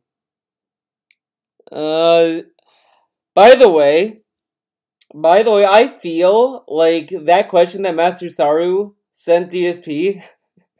I wonder if it has to do with Tevin doing streams of the Negi content. Which I don't know why Master Saru is so upset. I mean, the Negi content is the best content.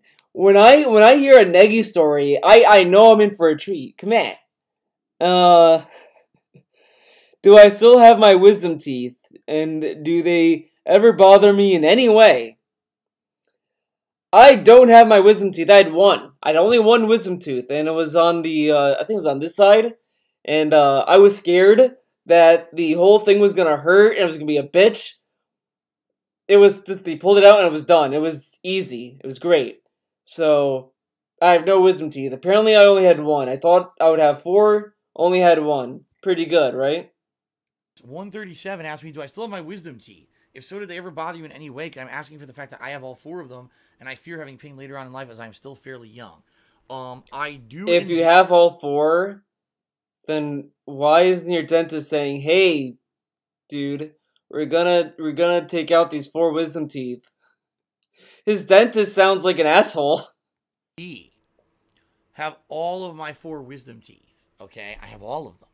And in reality, okay, I do have pain every once in a while. It's weird because I'll go months, and then all of a sudden, one day my back of my mouth will hurt me. And I'll be like, what the fuck is this, you know? Now, how would he know it's a wisdom tooth if he didn't have an x-ray? It could be other things, by the way. Like, maybe his roots are decaying. Maybe his teeth have, are in terrible condition. When was the last time you went to the dentist? And he's like, oh, I have pain in the back of my mouth sometimes. But what if it's bad roots? He drinks Kickstarts every day. I mean, you really think his teeth are in good shape if he didn't see the fucking doctor? I don't know. I have 3 of my wisdom teeth. Because I'm really smart. what's hurting my mouth, and I'll look in the mirror, you know, I like look inside, get a flashlight, there's nothing there, and I'll touch the gum in the back where the wisdom tooth would have come out, and it hurts. What the fuck does it hurt? How does he know where the wisdom tooth is gonna come out? How does he know all this? Did he go to medical school? Does he know how teeth work? Is it coming out? Oh my god. I'm 37 years old. My fucking wisdom tooth popping out of my mouth now. Who knows, right? Again, it's dangerous to self-diagnose yourself because you don't know what the fuck is going on half the time. I mean, a lot of people self-diagnose themselves and they think that they have something worse than what they have, and they could be the opposite as well. Ugh. So who? Whoa, it's the guy. I don't know what's going on. DSP walks into the dentist office. The receptionist looks at her partner. Hey, is he the guy? Is that the guy? And DSP's like, oh my god, it's the guy! I watched him on Twitch! He's here at the dentist! And then the dentist comes out, and they're like, hey, Dr. So-and-so, it's the guy! The dentist has him sit down in the chair. It's the guy! He gets his phone out, he does FaceTime. Dude, it's the guy! I'm cleaning his teeth! But then it goes away. And that's kind of been my whole life. I feel some pain every once in a while. Oh God, is my wisdom tooth coming in? And then within a couple of days it goes away and it doesn't bother me anymore. Do I still have the possibility that my wisdom teeth will still come in? Yes. But at this point, I'm old enough. I really doubt it's going to happen. You know what I mean? Like at this point, it would be incredibly unlikely, I feel, that my wisdom teeth would be sprouting in. Emergency stream. Well, my friends, I got some bad news. My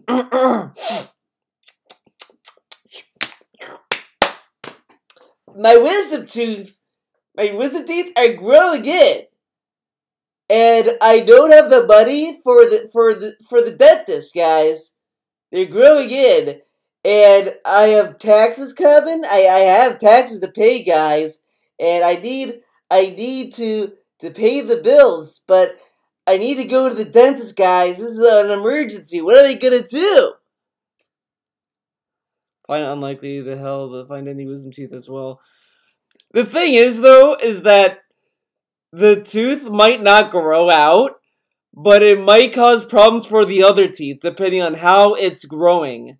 So it might not come out, but it might grow in a direction that might affect the other teeth.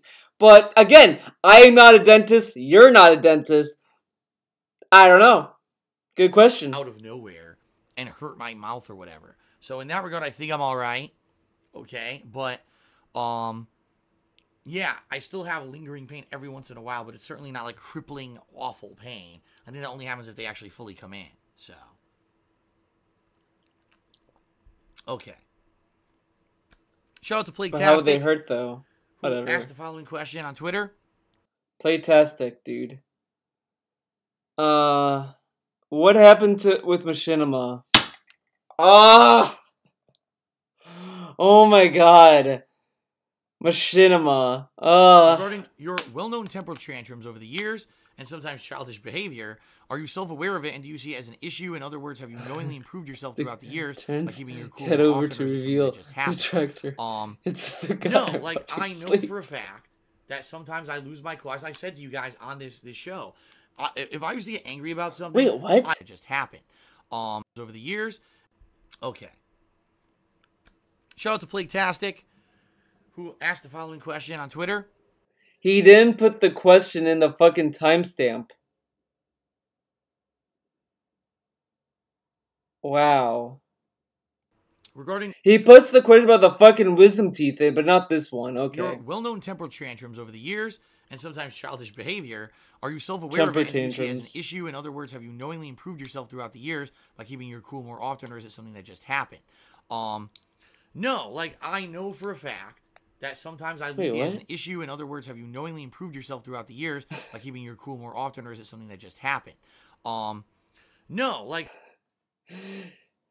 Are you self-aware and are you calm? No! Great response. I know for a fact that sometimes I lose my cool. As I said to you guys. on this show. No, I know I lose my cool. Then the answer is yes. He's afraid to say yes. He is afraid to say yes. Ugh. Well, I think in the first part there was a question that he did the same fucking shit. Someone asked him, like, Phil, is the sky blue? No, the sky is blue. Like, what are these responses? Say yes. You could say yes and be okay, Phil. He's afraid to say yes. Somewhere along the line, when he was growing up, his parents must have told him, God, when you say yes, that's a sign of weakness. Never say yes. He loves saying no. That's like what I did when I was a fucking child. When I was a child, the only Greek word I learned was no, which was oki. So every time my parents would ask me for, for anything or whatever, I would be oki, oki, and there just be, and it became to the point where my parents were joking about. They made a joke out of it. Like, oh, okay, Theo, are you gonna do this stupid thing you're not gonna do? Okay. Oh, there he goes. If he says yes, then he thinks Tevin wins. Auto deny. Yeah, you know what? That's probably what it is. He probably has to teach himself to deny everything. He's afraid to say yes to something by accident. If I used to get angry about something, I would put up a big ranting vlog, stamping my feet, screaming, insulting, being an asshole to everyone, saying this is bullshit, how dare this negatively affect me. Guess what? Wrong. Well, not necessarily, but I think maybe he did that in like the early days, like before I got into his videos, but, when I started watching him, all of his vlogs were about how to give him money. Guys, I got a copyright strike. I can't stream. I need money, guys. Patreon. Money. I need money. I don't really remember any vlogs where he was stamping his feet and getting angry and shit like that. Like, I never saw him, like, play a game and then get so salty about it that he did a vlog about it. The only time I've seen him do that was Homefront The Revolution, which he did for clickbait. He did that with Tony Hawk Pro Skater 5. He did that with when Alpha Omega Sin name dropped him for 5 seconds. But okay. Right. And not to say that I don't get upset about stuff in the modern era. I do, but I don't really lose it as much. I would say the only times that I'll really lose it, 2 opportunities. Number one, if I'm playing I don't lose it. Okay. And the whole match just breaks down because of terrible lag. That's number one. Or someone knows their connection is so bad and they play critical mass to abuse that lag to win, and they would only win with that lag present. Or number 2, Call of Duty. Because Call of Duty is a franchise that at one point was the epitome of what you could do with a first-person shooter. Call of Duty was the epitome of what you could do with a first-person shooter. I don't even think anyone at the time that Call of Duty came out said this. I really don't think Call of Duty set a fucking benchmark for first-person shooters. It was just a solid first-person shooter, but okay. I felt they were doing everything right, and then they just degraded their franchise into liquefied mush for small children who shouldn't even be playing the fucking games, to play them with kill streaks and gizmos and gadgets and different loadout characters. But Modern Warfare 1 and 2 had kill streaks. Custom loadouts. Okay, that has been in every first-person shooter, though. Like, to customize your loadout. Everyone has it. But, like, gadgets and character-specific traits, that was in Overwatch. And he said that Overwatch was a competitive game at an esports level. So why can't Call of Duty do that? Why can't Call of Duty do that? Oh, because it's for kids, dude. Come on. All kinds of stupid kiddie bullshit that doesn't belong in a serious first-person shooter, yet they still act like they are the top one, okay? Oh, yeah, Call of Duty is very serious. It's an adult's game, dude. So that being said, yeah, Call of Duty is for kids, Kingdom Hearts is for adults. Keep that in mind. You said in Kingdom Hearts 3 that is for adults. Kingdom Hearts 3 is for adults. It's not mature. It's for adults. Call of Duty's for kids. Sound good? Now, I'm not saying Kingdom Hearts is only for kids either. It's for everyone. But it's really funny how he flips the two in that way. I would say that for the most part, if you don't notice, I really don't rage that much anymore. If I die, maybe I'll live for a minute, but then I kind of just relax. I sit. Dude, this guy, when he played Silent Hill 2 and his fans talked him into doing hard, he literally shouted at his viewers the whole stream. Oh my god, I keep falling for it. I listen to the fucking chat. They say they beg for hard because these guys know it's gonna be impossible. What assholes? Fuck you guys. I can't believe you fucking want me to fucking suffer. Oh my god, you guys are assholes. And he did the same shit with Resident Evil 2 on hardcore. This guy is not chill at all. Even during the chill streams, he's not chill. He still bitches about fucking detractors. Back, or I'll just do like a more deadpan reaction. Deadpan reaction. Immediately exploding with crazy over-the-top rage and anger. Like I used to. Again, rage and anger, dude. You gotta harken myself back to the angry video game nerd when I first started on YouTube. That was my inspiration. So it seemed like being angry and over the top and irate and full of vulgarity. Oh, is that why he sold Sunday Stream where he played Call of Duty and Smash Ultimate Piranha Plant as rage? You're not selling... No way are you selling salt when you play multiplayer Call of Duty, right? Of course not. No. Instead, he does Ted Deadpan reaction. Dude, sorry? Use the Keyblade. Used to be the thing to get noticed on YouTube. Now, it's not so much, especially on Twitch. It's kind of the opposite. If you have a more honest reaction or you laugh at it or whatever, it ends up being better for the content than being an asshole. Right? Getting in the billing. So, hold on a second, because we got a few trolls in stream chat today, guys, and I apologize because it looks like we have no mods around. No mods. So no one's moderating no one is moderating the no mods stream chat, and I apologize for that because obviously with people trolling, you guys basically get upset that you can't really talk the way you want, and I get that. How do they not talk the way that they want? Why? Yeah, because when people troll, that completely stops people from talking. Okay, sure. All right. All right. The squirrel is moving. For now, he looks okay. Not a clown, guys. Okay. He's not a children's entertainer. But yeah, I would say it's two things. Number one, I became more mature over the years. I don't want to do the more ranty, raging commentary constantly. I don't always, every time I play a game, I don't want to always make it a 10-minute rant about how the game developers are the worst people on the planet and they suck.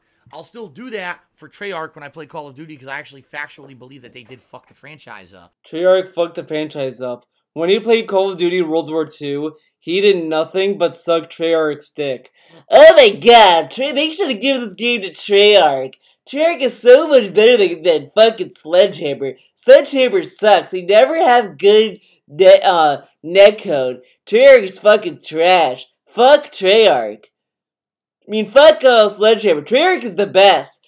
Treyarch is amazing. They're great. They're great. I cannot wait for Treyarch, man.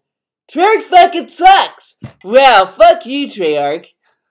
But as for regular, honest games that I play, no, I'm not going to just do that for the sake of doing it. All right, maybe I'll get a little frustrated. Man, that's unfair. Or man, I think better. Didn't he fucking shit on Capcom for Resident Evil 2 Remake? I'm pretty sure he did. Here and just do what I used to do, which was basically constantly just tear everyone a new asshole. It's funny because a lot of people, know me by the nickname The King of Hate. And the reason they thought that was they thought, oh, that's the guy who just unfairly hates on games and game developers. That's his shtick. It really wasn't. And that's not even where their moniker came from. But people erroneously thought that. I'm yawning. Total Biscuit guys. thought that over the years. That's sorry. just that asshole. Total Biscuit. Great name drop. And doesn't actually give him a fair shake. That's his shtick. And he's popular because of it. And I don't agree with that. That's not what it was at all. But good job, Kajun. You're in Treyarch. For a lot of people, this negative connotation for what my name meant and who I was, okay? Well, you fucking call yourself the king of hate. You can't really be surprised. But that being said, now I don't feel like I'm like that anymore. You know what I mean? Like, I do think that I've changed, and even though every once in a while if I get fighting game or Call of Duty will get my God, I'm sorry. God damn it. I don't really feel that it's like for example, just we're streaming for 10 hours. Dark Souls for like the 4th time. I'm still sucking at it. But I'm not going to sit here and rage at From Software. I'd be a moron. I've played this game a bunch of times. I know what's in the game. I know its shortcomings. Yet I still see... Oh yeah, you also like fucking sold Dark Souls as a Salt fucking playthrough. I'm gonna rage, guys. You gonna see me rage? It's gonna be great. What am I gonna do that for, right? What am I gonna do that for, dude? I'm becoming more accustomed to the fact that no, I'm not a perfect gamer. I suck at a lot of games, and when I play them, I'm going to fail, and that's okay. Even if it's frustrating to have to replay the game a bunch of times, it's okay. It's entertaining for the viewers. It's fine. Need a nap. Don't lose my cool because it's not going to do anything. It's just going to get my heart rate up and piss me off, right? You're the worst, Theo. Always yawning and snoring. Okay. Jackie Swerve is trolling, so you can have a 10-minute timeout. Get him out of here. Enough of him being negative the whole Theo, he did rage when Wings was talked about more than... Oh, yeah. All right, continuing on. But he's calm now, dude. Come on. 2 more questions off of Twitter, and then we can get to stream questions. First, yawning, next water bottle crunching. Let's see what the Twitter questions are. We start off with Tom. He says, what happened to Machinima? Well, I'll tell you exactly what happened with Machinima in a nutshell. They were bipolar. They didn't know what the fuck they wanted to do. They didn't know what to focus on as a company. They didn't know if they wanted to be a channel that houses other creators' content. Now, it's funny that he's shitting on Machinima for doing a lot of things. But what is the first thing DSP tells us about himself? I'm a variety streamer. I do all kinds of stuff, dude. I do all kinds of streams. And features it.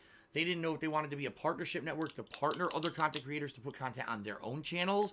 They didn't know if they wanted to be a PR company that sent people out to places like E3 and had a big Machinima booth at E3, and they would go out and publish stuff for their own website. How is the company bipolar? They don't have emotions on their own. Yeah, he's misusing that term, I feel like, because bipolar talks about emotional states. I think what he means is I mean, he should just say all over the place. He should say that they didn't have a focus. He doesn't really need to make everything about like bipolar and schizophrenic and shit like that. I mean, but it's still a dumb thing to complain about when he brags about being a variety streamer. It's really stupid. Like, really, you're gonna shit on Machinima for doing a lot of shit? Okay. Channels, right? They didn't. I'm still going because we're not done. They didn't know if they wanted to be a company that wanted to go out and make like television and entertainment series. They were so split. Oh, like he says, "Oh, they do this. I'm not done yet." Names one thing after that, and then he's done. You don't. That only works if you had a bigger list, not when you named one thing after it. Dumbass. On anything that they wanted to do as a priority, they never actually excelled at anything. When you have the saying, jack of all trades, master of none. They did too much and never focused in on becoming good at anything, and because of that, they would constantly bleed. So what are you good at, Dark? You can't play Kingdom Hearts 3. You told us though. You told us though. Oh my god! You told us so yourself that you can't just do Kingdom Hearts 3. I mean, what can you do? What can you do? Money. Then we get, we got a big investment this year from these investors, right? So let's go ahead and put this into all these crazy endeavors, but they never focused in on one that would just keep making them a revenue stream, so they'd blow all their money. Now, just think of something. The Machinima channel on YouTube has 12 million subscribers, or 13 million, something like that. The videos make tons of views. They should have been, by all rights, bringing in ridiculous money on that channel. Where did the money go? Right? Where did all this... Yeah, what would he do without Machinima? Constant investor, just over the years that I was partnered with Machinima. First, they had Microsoft investor money. They went and they made that Halo series.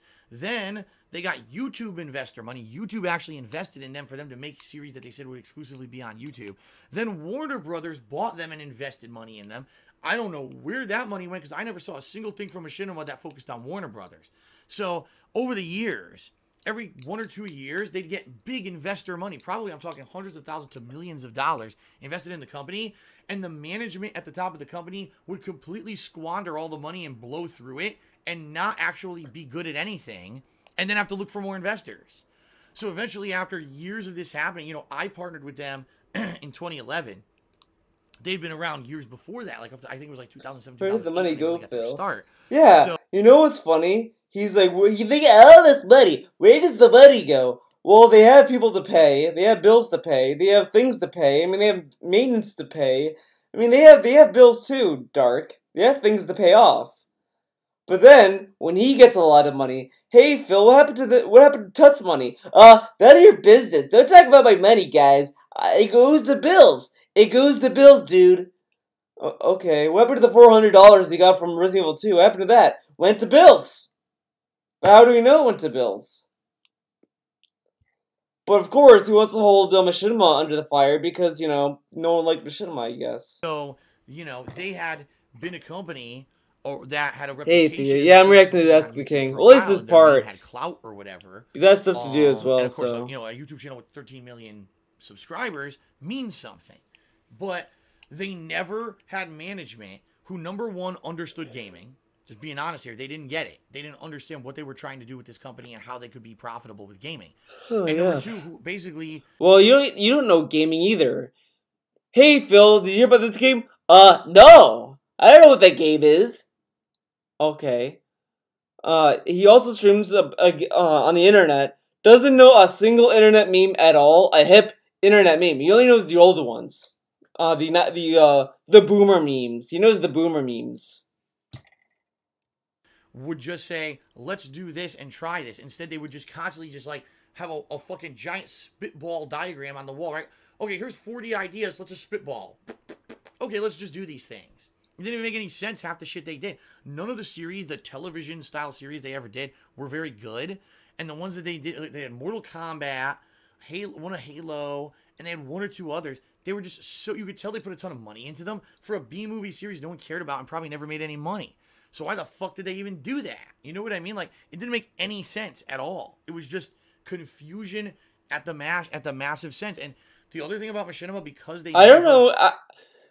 Honestly, I kind of don't know how it's confusion.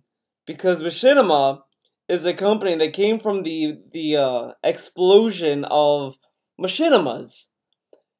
For those of you who don't know, because this is pretty old, Machinimas are cinematics or movies that are done within in-game assets. Like the old Red vs. Blue. If you look at the old Red vs. Blue videos, you can tell that they recorded the shows with gameplay, but they had to edit out the HUD pretty much by putting black borders, all that kind of stuff.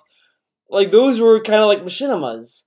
And so they made this company called Machinima. It was a play on that. Now, of course, they're a partnership company, but wouldn't you also think that that company would also want to fund or spend time on shows that were based on games? It's like, you know, the TV series they did was like the next level of Machinimas. I mean, Red vs. Blue kind of paved the way for that, and so on. I mean, Project 7 was one of them for Dark Vidal. It was one of them. You know, it's these series that they wanted to do, because that's what Machinimas were at the time on YouTube. And they wanted to cash in on that. Now, the reason why I kind of feel like Machinima went under was because of their bad, how poorly they treat their creators. But I also think that the fad, not the fad, but the popularity of them have decreased significantly. Like, you don't see a lot of people doing them anymore. You know, because I think Rooster Teeth kind of monopolized it in a way. You know, they have Red vs. Blue. They kind of took the spotlight from everyone. I mean, there's other stuff around, but I mean, it's just, I don't think it's nowhere near as it once was. Red vs. Blue guys are artists. It's amazing to see how far they've come. Yeah, you know, I kind of shit on RWBY from time to time, but there is stuff in RWBY I like. I mean, RWBY does some things that I like and genuinely enjoy. But it has a lot of stuff that holds it back. I still, you know, obviously, I'm a huge fanboy of Mega 64, guys. Huge fanboy, right? I think Mega 64 mostly grew the most, and I like their content a lot more. I think their stories were much better. Like the version 1, 2, and 3, that stuff was really good stories. I like those way more than what Rooster Teeth is done. The story was terrible though. The story is always terrible. Master of Conquest. I mean, the story of Ruby is pretty bad, but I can enjoy it in a way. I mean, there's just some minor stuff about it I like. I think the story feels like a rough draft. It feels like everything's a placeholder for stuff to be better. Like, in Volume 6, they introduce, the Brothers Grimm or whatever the fuck they are, and it's like the idea is there, but it doesn't feel finished. It's like the design didn't go anywhere. It's like, okay, a guy that's yellow. This guy is his brother, but he's gotta be purple. He's gotta move all funny. And it's like, why not just change the designs more? Why not add more to the designs? Then, I mean, it's just Ruby feels like a placeholder for a better show. Were set in what they were supposed to be doing, the company's structure changed constantly. Like I said, in the years that I was partnered with them, this person is your rep. If you have any questions or anything you need as a partner, you contact that person. Okay, within 6 months, that person's laid off from the company. You don't have a rep anymore. Here's an automated system to submit a log. Oh, wait. 2 months later, we got a new system, a new partner-based system where we're going to provide you with games so that you can actually do advanced reviews, and we're going to get you out to E3. And we got sponsorship if you promote this game Hawking and do all this. Within 6 months, that whole system's gone. Everyone's laid off again. It's like, huh? And that's what the company was. Like, you could never know what the fuck to count on. Now he says this, but Machinima offered him another trip to fucking PAX. They offered to fly him out there, and he was like, no, Lieta, she's sick, dude. The Ruby game wasn't too bad, though. I'll give them that. Well, I don't even think that they made the game. I think it was another company. With Machinima, because they'd have these promotions and things going on, they would just pull them out, pull the rug out for one who doesn't exist anymore. So for me, over the years that I was partnering with Machinima, I literally turned down almost every opportunity except... But the thing is, though, is that companies always change. Like, does he think that a company that stays the same for years? I mean, that's kind of dumb. Because, I mean, even look at Apple. I mean, they changed as well over the years. Like, look at 2005, 2006 Apple. Then, like, look at Apple now. I mean, now they barely innovate their phones. I mean, like, people always argued about Apple saying that they're always underpowered, Apple sucks, fuck Apple, and shit like that. And I can understand that, but there was always that defense back when Steve Jobs was around. Well, they might be expensive, but they always do something that's innovative. They always add an extra push to their technology. They might be underpowered, but there's always something there that is easy and innovative. Now, they don't really innovate. They do some things, but it feels like, you know, for their phones, it's like every 5 years they innovate. Every other phone from now until then, it's like a placeholder. It's like, yeah, this phone is somewhat better, but it's not going to innovate too much. Alright, the iPhone 20, it's going to innovate everything. And I think that's just how it is with Apple and businesses. They change constantly. And to think that they're going to stay the same all year is naive. We're already in the future. Well, pretty much Kafka's, but there's things that Samsung did to their phones that I think are still miles ahead of Apple. But I mean, like, look at like Samsung. They added a power mode for the battery. So like, if you have like 30% battery left of your Samsung, you could tell it to use the battery wisely or whatever.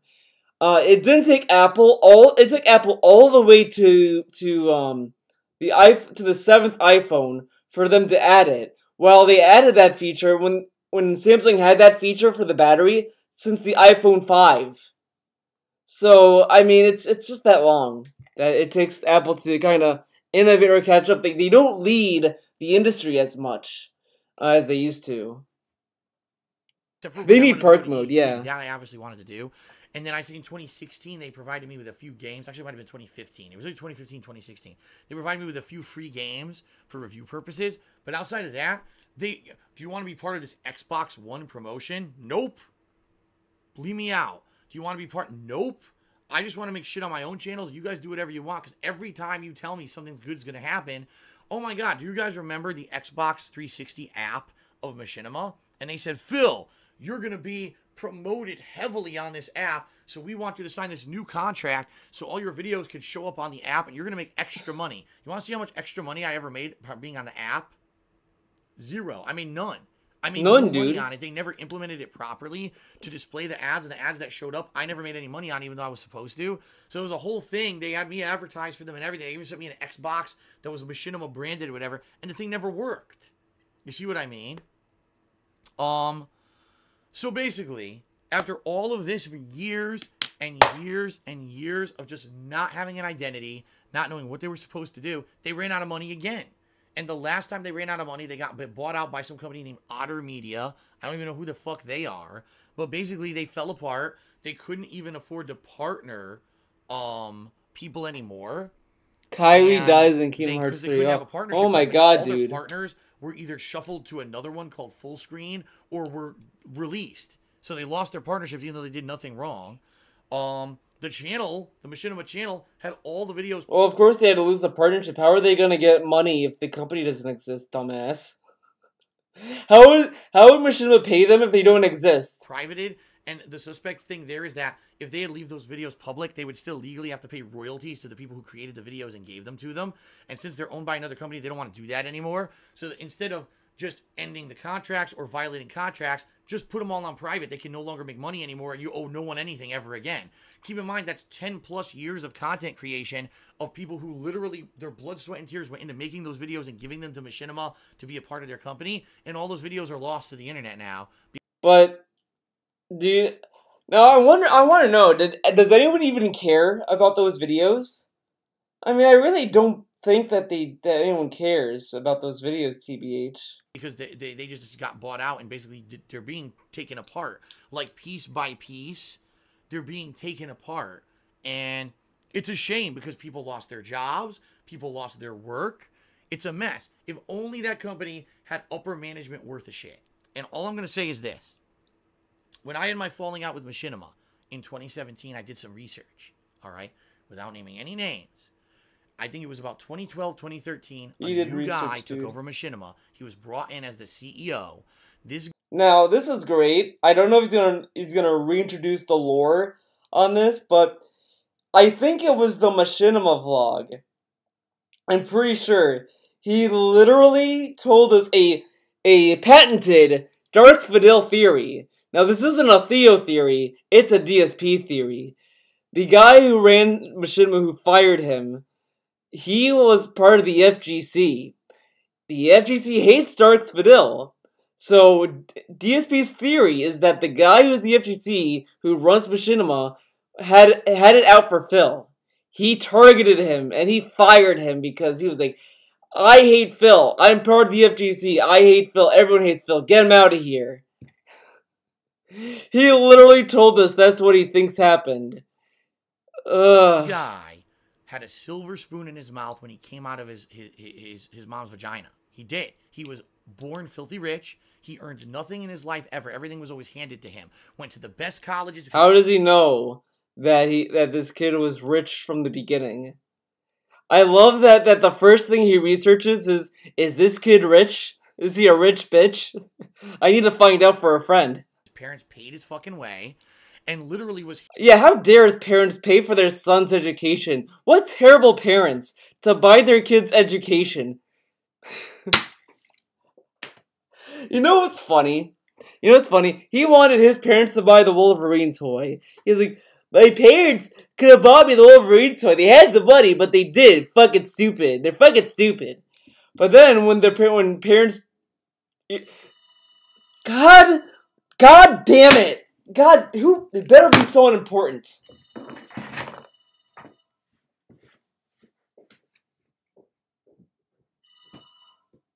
Hello? Hello?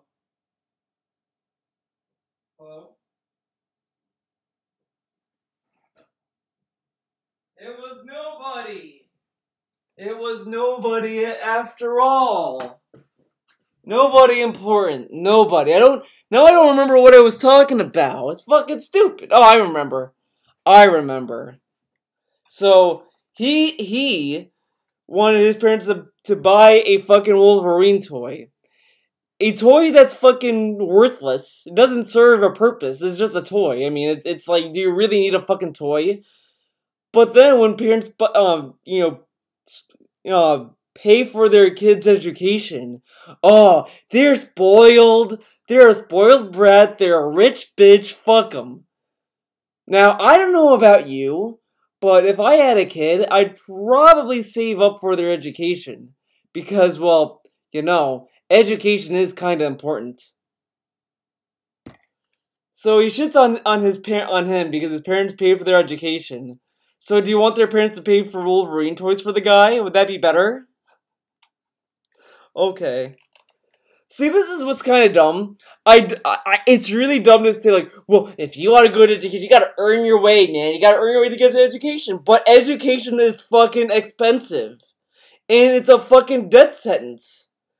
Now, I know some people are gonna fucking jump down my throat and scream and cry socialism, but I would much rather have my taxes go to people's education than fucking... because that's much more useful. You could find something useful for education. Now, of course, the argument would be, well, I don't want people to go to education, to go to school and learn something useless with my money. Who fucking cares, though? For the greater picture of the human populace, they might get better jobs. And the thing is that they still have bills to pay. It's not like we're demolishing bills and capitalism by doing this. I just think education is important. I don't think it should be a death sentence for people to get an education. No one should say to themselves, I would get an education, but it's gonna fucking slam me in death sentences and I will never be able to pay it off. That's a terrible way to think. They should just have fucking good education. Let people get education. I'm not saying that the education should be to fucking Ivy League schools, but, I mean, come on. Come on. Who paid for DSP's college? According to Darks Vidal, he paid for it. Which I kind of don't believe, but it is what it is. Okay, Soviet anthem playing. Handed management positions his whole life. This is the guy who was running Machinima. So you got a guy with no actual experience of doing anything well, just handed job after job after job. A person I would compare this with, you guys remember? He was handed a job. He got that helicopter company because his dad worked there. Whoops. Don Matrick over at Microsoft, the guy who single-handedly sunk the Xbox One launch, and it took years for Xbox One to catch up because of this fucker. Same kind of guy. All right. And he came into Machinima with all these lofty ideas of what he wanted to do. This guy single-handedly destroyed the company. All right. Lofty ideas. Destroyed the company. Oh, and by the way... lofty ideas like laying off the pig. That guy was responsible for getting rid of my Machinima partnership. Oh, yeah. This is so it sounded petty, but in case you really wanted to be sure, he just told us that this is the guy that laid him off, so of course he's being petty. But I thought we shouldn't hold this guy's... So he also told us earlier in this video that we can't look back at Darts Vidal's past because he changed. He's a human. He changes, Don't you dare hold DSP accountable for what he did in the past. But DSP is holding this guy's past to him, and he's like, fuck this guy. See, 5 years ago, he was a rich bitch. He was rich from the day he walked out of his mommy's room. Fuck him. Fuck him, dude. He's a fucking asshole. He sunk everything. But don't look at me what I did 10 years ago. Don't do that, man. Sound good? Okay. Told you guys about that before, but now that Machinima doesn't exist anymore, I can tell you. Then give us a name. If it doesn't matter now, you could tell us that his name then. Right? Oh, whoops. Guy was responsible for getting rid of my Machinima partnership because I had emailed my old contact during 2017 when the YouTube adpocalypse happened. My old contact was the head of the partnership program. I hadn't talked to him in about a year. And I emailed him and it said, oh, this guy doesn't work with the company anymore. If you have a major concern you need to contact someone with, write this guy instead. This is the guy who all the emails are being forwarded to. So I did. And then the next day, I got a message from the automated log service from Machinima saying, don't you dare ever send emails internally to us ever again. Even though previously that was the right way to do things, I was basically talked down to like... No, like I said, he got it from a log system, implying that's an automated response. He got an automated response, and he took the automated response super personally.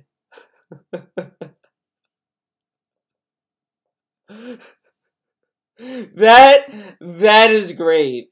He got an automated response, and he took it personally like they were talking down to him, but it's an automated response. So... like a child. Don't you ever do that ever again. You're only supposed to go through the automated log system. You're just a lowly partner. How dare you try to seek help from like other people in the company and management? Yeah, because you're trying to game the system. They want to go through the same system everyone else goes through. How dare they not treat me like royalty like I am? I'm King Dark Svidil. Don't cross me or I'll cross you. Wait until you see what pigs can do. And the like. So come to find out, what I actually found out happened was this guy who took over Machinima after he disbanded or fucking robot, you know who I am himself, because again he has no idea what the fuck he's doing. He's a complete fucking moron who's a rich bitch, silver spoon in his mouth, didn't know what the fuck he was doing. This isn't him being petty, by the way. He is not at all holding a grudge against losing his job at Machinima. Remember when it was mutual?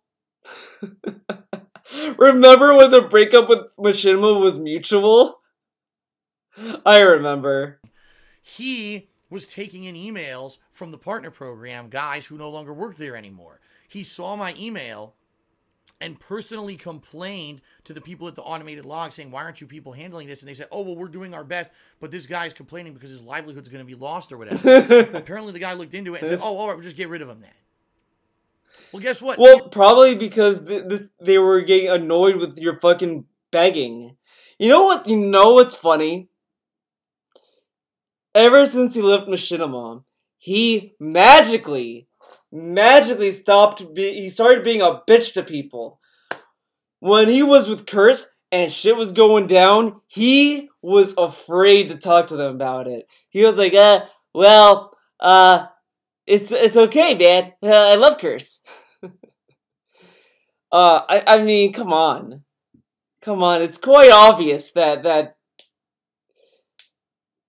your begging and bitching cost you your job. I mean, he was just probably being like a nuisance to them, and they were probably like, "Look, he's not being patient. We're still looking into it, and he's hounding us every day with emails. We have other people to get to, and this guy is bogging us down. We can't just focus on just him. We have like other partners to talk to. We can't just focus on him." So, we should just let him go. If he's not satisfied, we should just let him go. And that's what he did. That's what they did. Because he kept bitching. And they were like, well, he's obviously not happy. Maybe we should let him go. Years later, that guy doesn't have a job anymore. Doesn't celebrate people losing a job, by the way. So, there you go. You know? Isn't it funny? It's funny.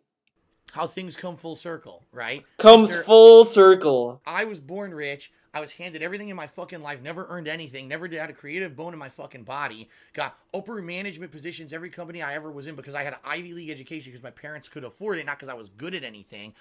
I worked at Machinima from like 20... Yeah, you should get an education if you're good at something. Even though the point of education is to learn and to get good at something. You need to be good at something before you learn about the thing you're trying to get good at. That makes a lot of sense. Don't think about it too much. 2012 till the end, I single-handedly sunk the whole company. You know, this is the legacy this guy will have. The sad part is, this is the real sad part. If you look at Don Mattrick, after he single-handedly tanked the Xbox One launch, he was hired by Zynga, a mobile games company, for millions of dollars as their interim CEO, and he made tons of money from them, sank their company, and then went on to another high-paying job. This is how it is in the industry. For some reason, people just keep hiring people who they know, who are in this elitist group of people. Who I love that he can't do the elbow rub, whatever, correctly. This is what it is, and he does this. So he looks like a fucking idiot. He looks like a fucking titty streamer doing this. Like, oh, but yeah, guys. They know. Already, and they keep getting all the high-paying positions and sinking companies. Yeah, and Mission was already sinking anyway. The Ivy League education system in America is completely broken. It's more of a way to control the American populace and have a elitist group of people. It's a way to control the populace. How does he know? I mean, this is some Alex Jones shit. He should team up with Alex Jones. Come on. Stay in power rather than actually have intelligent people come out and run businesses properly. But it's pretty bad. Okay. And I had the Yeah, Steve Jobs, that fucker that dropped out of college, he didn't control anything, dude. Laugh. Hearing Machinima is now falling apart. Sad that all these people who worked for the company lost their jobs because of this asshole, and sad that this I get it. He is sad that everyone else suffered for this one guy who was an asshole. He's happy for that one guy to lose his job, but sad for everyone else that lost a job because of him. That's what he's getting at. Okay. Sadly, all the work of the people who had ever submitted stuff to Machinima is lost because of one guy railroading the company because he thought that he was smarter than everybody else. But that's how it works in America, corporate America, apparently. Corporate America, dude. What can I say? All right. Because every other business overseas works flawlessly, right? Well, continuing on, everyone. And in fact, you know what? Actually, now's a good opportunity because I still have about 2 to 3 more questions to go through, and then I'm going to do 4 stream questions. So let's take a break. And if you're here live on stream, this is probably going to be about a 15-minute break. If you're watching on YouTube, I'm just going to make a part 3 that you can actually watch at your leisure. Okay? Oh, great. He explained how YouTube works. Let's see. I'm not going to do part 3 today because that's way too much for me. But since you guys are pretty cool, since you guys are pretty fun, and I like you guys, we can do some bonus videos. We can do some bonus videos for you guys. Let's see.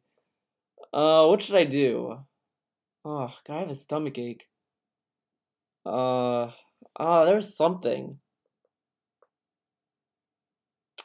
There was something. I can't think of it now. No, well, that could be its own video because I was going to go into a little more detail. I know what I can do. Let's go to his Patreon. Ugh. My jaw hurts, dude. Alright, let's go to his Patreon.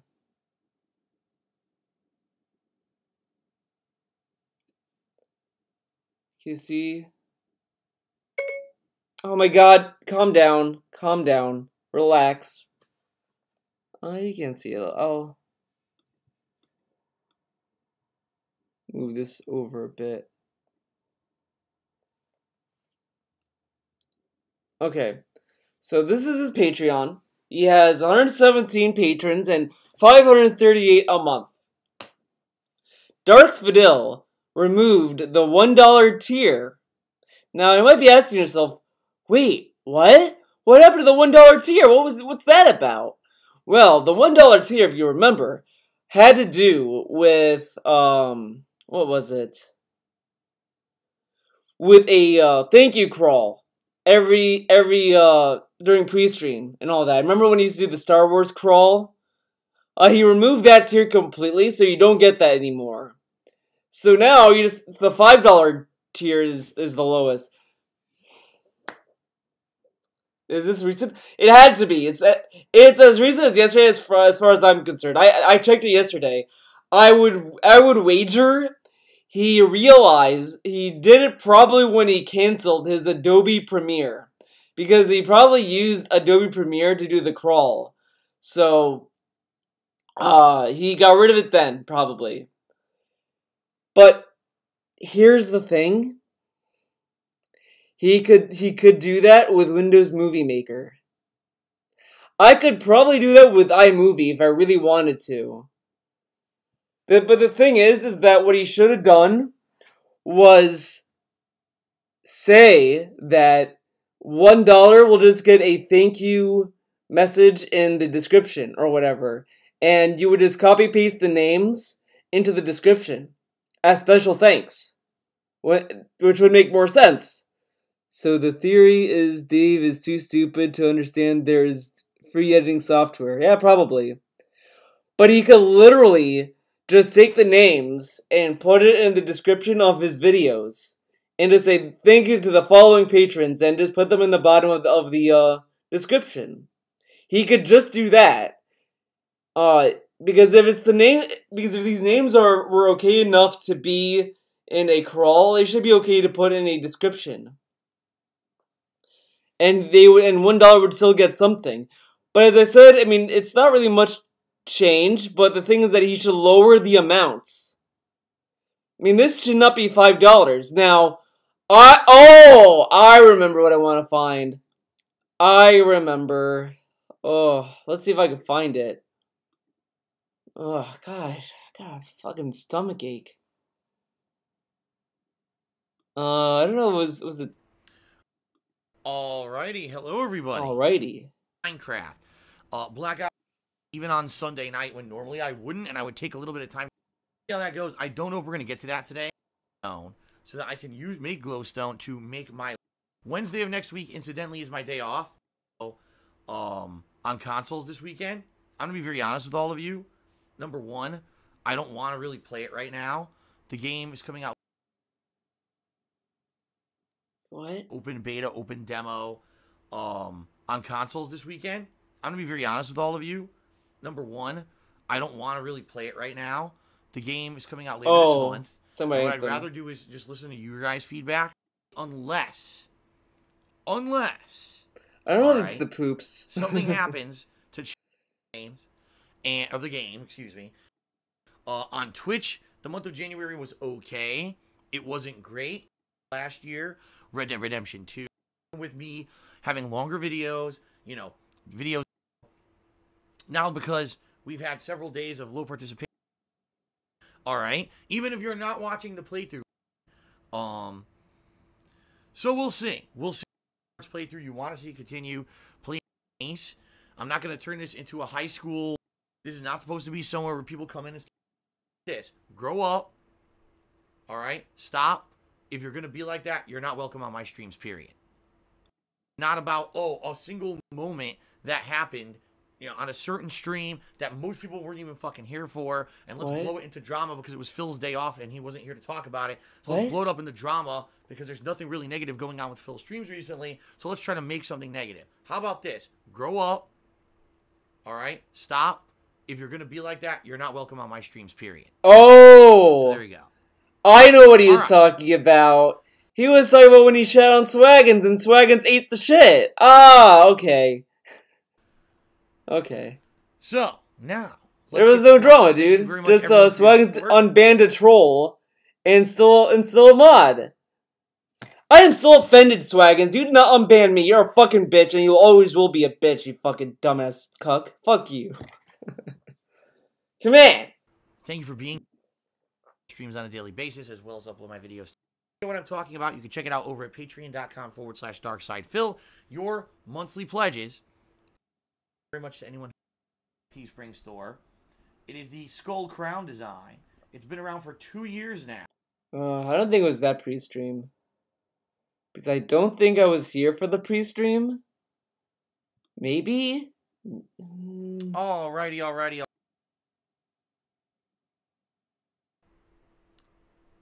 Alright, so that's really all I really have to talk about. There's not much going on right now, This will be a much more exciting month once more than that, but I'm focusing only on games that I played were really good. Because in reality, a game like that will only have longevity if it has a great combat engine. I'm going to be playing it because it just doesn't seem very sold by the Iron Man suit premise. Would put out the most unique gameplay experiences. Okay. itchy.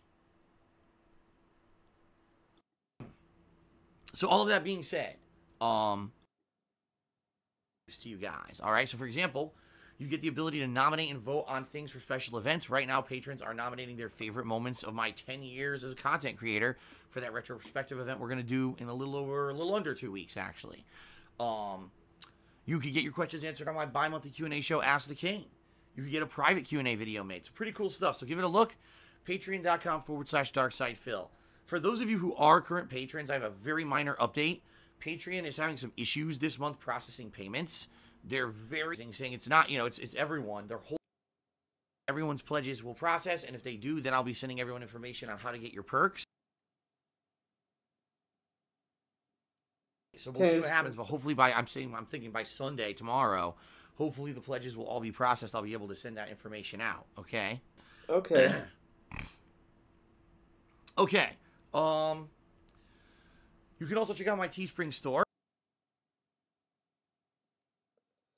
The Teespring merch is very good because I've owned on said leaderboard. FYI, we have done away with participated in that. Obviously, yesterday was a really great outcome. So it sucks. Button that you can click, then all the money comes in to make up for it later. So if you want to help me out the most, if you tip me, tips I get right away, and I can put that straight towards my bills. All right, avoid having my bank account massively overdrawn and then having to be replenished afterward and having all these fees and shit. Okay, so that being said, please consider tipping me during today's stream. There's 2 ways you can do so. If you look below the stream, there's a tips jar button that you can click, or if you don't see that button, you can just type !tip into the stream chat. I think now what we'll do is we'll get to shout-outs. Okay, sound good? All right, so thank you to everyone who has contributed. We actually had a couple people who contributed overnight. Be ready in case the Patriots lose. Laughing totally into it, right, man? Like, sometimes I would be excited. All right, 2 of my friends and hang out with friends. The big championship. Yeah, I don't care about it. I'll be streaming all day long. He says you got to build a legit base around your nether portal and have supplies that you keep there and put my way back to my portal. But then I kind of turned it around. He said later this year, a new PSVR game is going to be released once a year. I don't know if I'm going to watch 4 weeks of winter here in America. We'll see if it's accurate or not. It's not always accurate. What happened here? Why didn't they release this game? If you guys remember, it was actually anymore. Okay? So, and I love it too. I love the changes I've instituted and everything.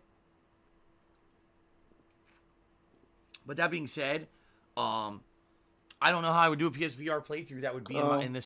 It'd be like the old was Resident Evil 7. For me, it's not VR, oh my god, you gotta play it. You gotta get the oh my god, you gotta get the HTC. Come on. Please be it. Anyway, I guess what I'll do, I'll have an open mind. Let's keep following this. If we have more information about when shit.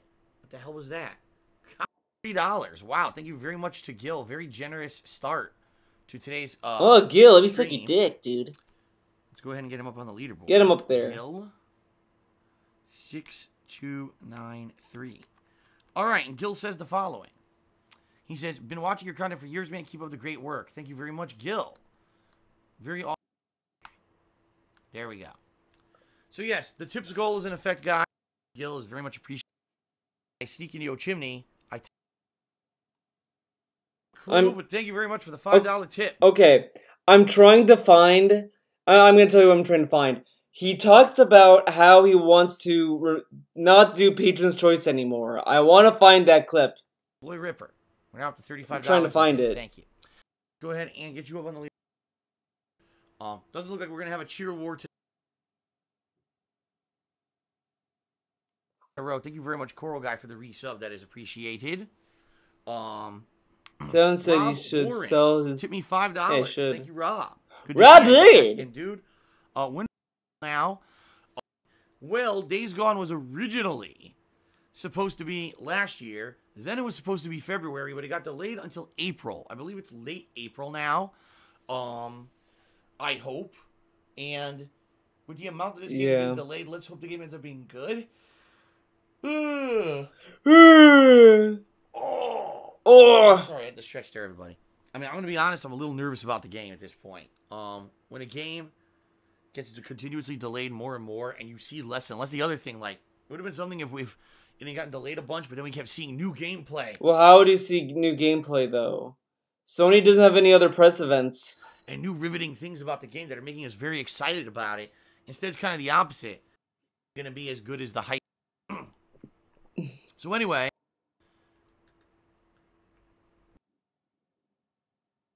Come on.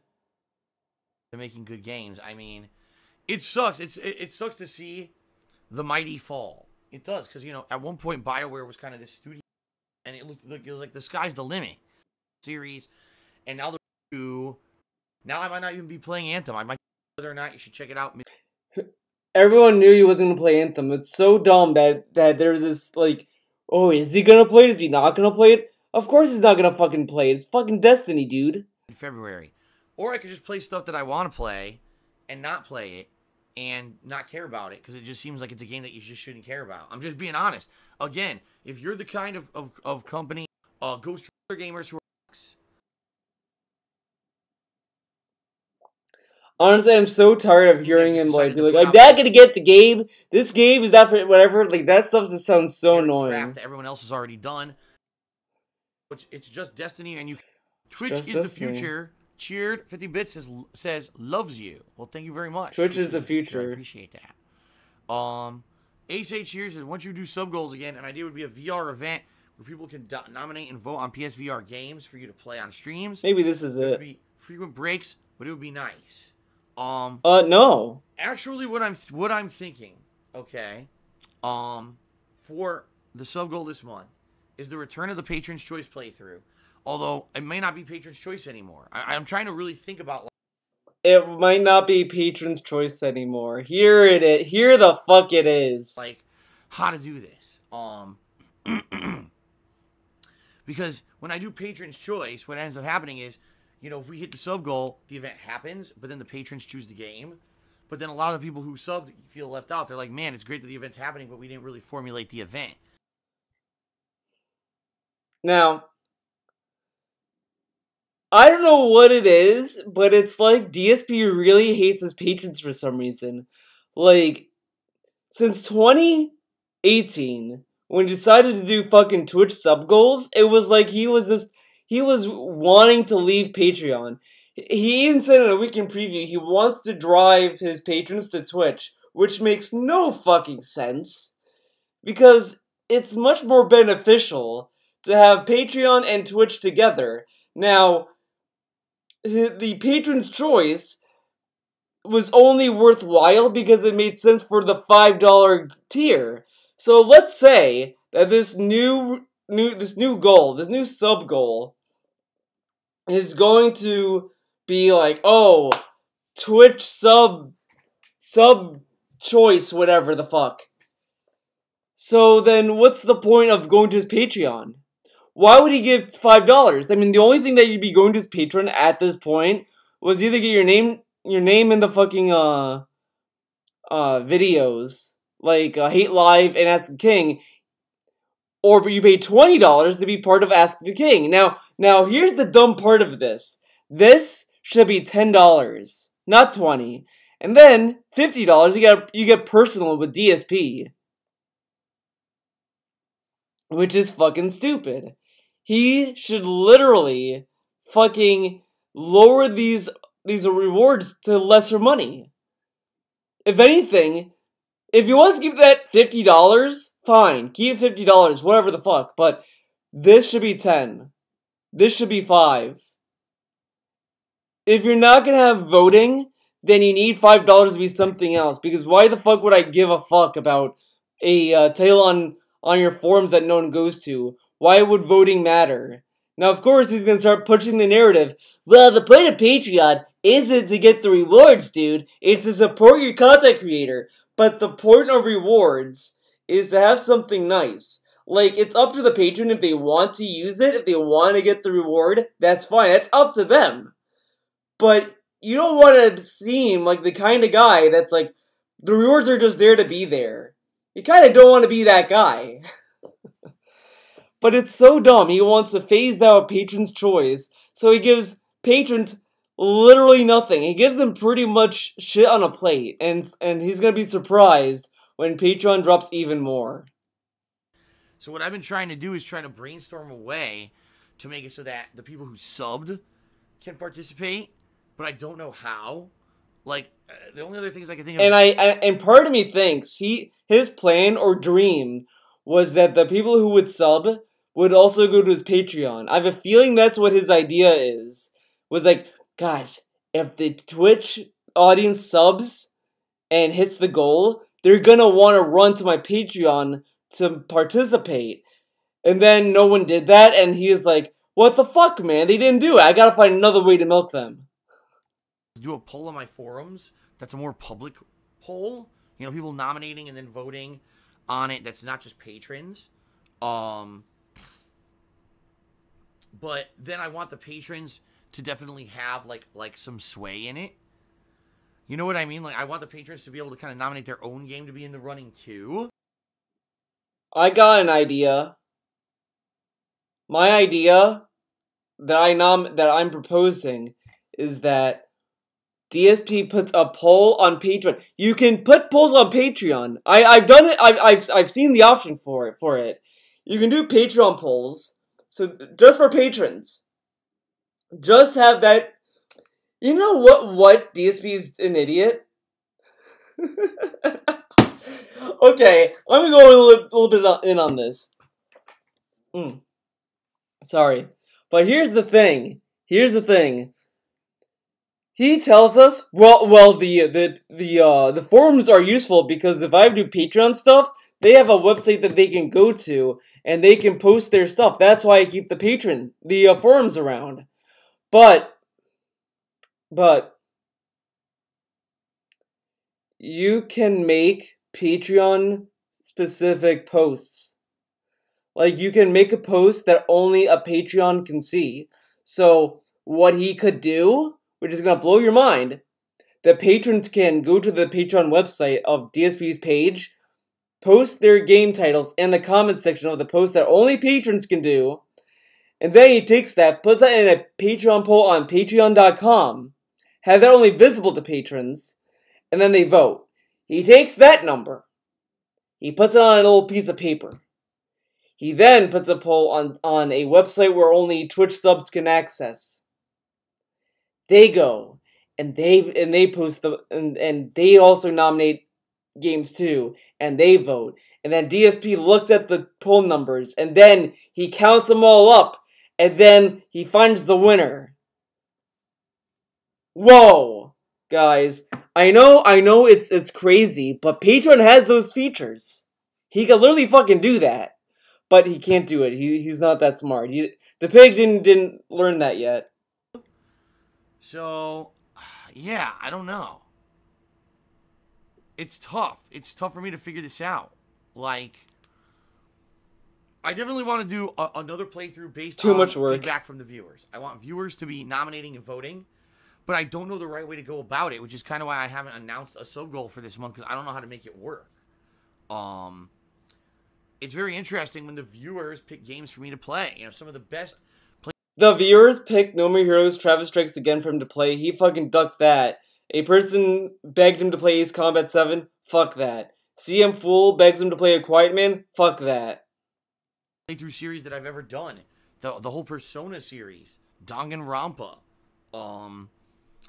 Yakuza. These are all games that I never would have tried or played if it weren't for Patreon. Viewers. No, Patreon, dumbass. Patreon voted for that. Now it's the viewers. It was Patreon, you fucker. Oh my god, the patrons get literally nothing from him. They get like shit. They give him money for shit, and then DSP like wants to like neuter them. What a great guy. I definitely want to go to his Patreon. He obviously loves his patrons. So, I don't know. Yeah, Wyverling wants to play Shenmue 2. Excuse me. Ace says, how about have patron members nominate games, and then the viewers will publicly vote on them? I mean, I guess that could work. So, do it so that it's a viewer's choice. Patrons will pick the games that are available to be nominated, that they'll nominate, and then I do a public straw poll or something to determine what game I've actually played. Oh, he's gonna do that. He's gonna do that. The only thing I can think of is, you know, it has to be a straw poll, because if I do a poll on my forums, everyone will complain that they have to register for the forums, and instead of having like 1,000 votes, we'll have like 100, if that. You know. All right. So, anyway, yeah, that's a good idea. I think what I want to do is some kind of a public, you know, viewers' choice event, and as a sub goal this month, and then maybe next month. That's gonna be the name of it, viewers' choice. I guarantee that's the name. He already thought it out. We could go back to doing something like a marathon. Because the thing is, I don't want to do another marathon right away. I'm gonna do, you know, this retrospective event this month. So maybe I could do like a Return of the Indies marathon, or a different kind. Maybe I'll do a platformer marathon. You know, something interesting, something different. For an event coming up. But what he should have done was for Twitch, like, he could have kept Patreon goals for marathons and then have Twitch sub goals for like games he's on the fence about. Like, oh, if we hit 520 subs, I will play Travis Strikes Again next weekend or something. He could do that. He could do it for a day. You could play a game for a day for Twitch subs. And then, or, like, if he hit 520 subs, the subs will get to nominate a game for me to choose to play or something. Like, the subs offer, like, 3 selections of games or whatever, and then DSP picks the game. But no, of course not. That's too much work, man. Why would he have two goals? That's stupid. But I think for this month, I just want to bring back that kind of viewer's choice deal, because we haven't done one in a long time. By the way, I owe you guys one. I still owe you Phoenix Wright, but we're waiting for the Phoenix Wright collection to come out for me to play it. So whenever the Phoenix Wright collection does come out, I'll be buying it, and I'll be playing the latest game, or whatever game it was in that series that I didn't play yet. But we got to wait for it to come out, all right? But anyway, as for Ace, Ace's idea was a VR marathon. I'll be honest with you, Ace, it couldn't even happen. All right? The reason being that it couldn't happen is the VR games, a lot of them actually either bother me, like they make my head uncomfortable, or a few of them make me sick to my stomach.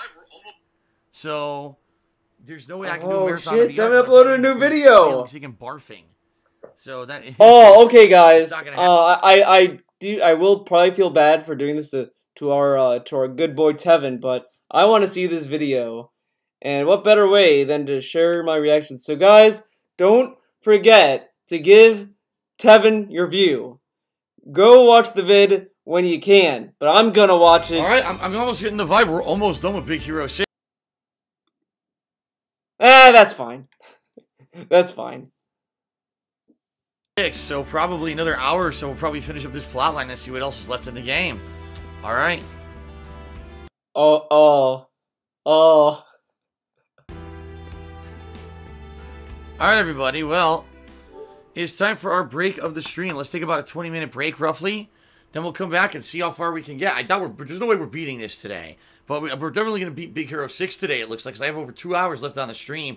So we're going to end up beating Big Hero 6. T-pose. I don't know what's after Big Hero 6 at all.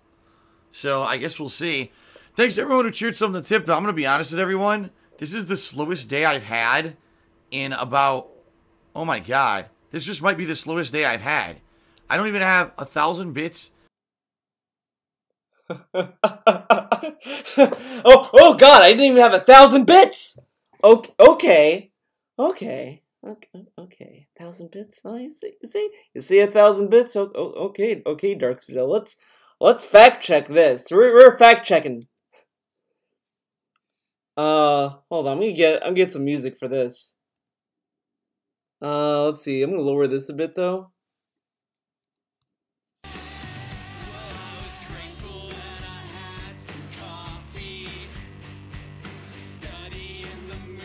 Hello, everyone. Let's see. Oh, what it came from Detective Conan, okay. And I know, like, Super Blind Man, like, save that stream. Let's see. What about this?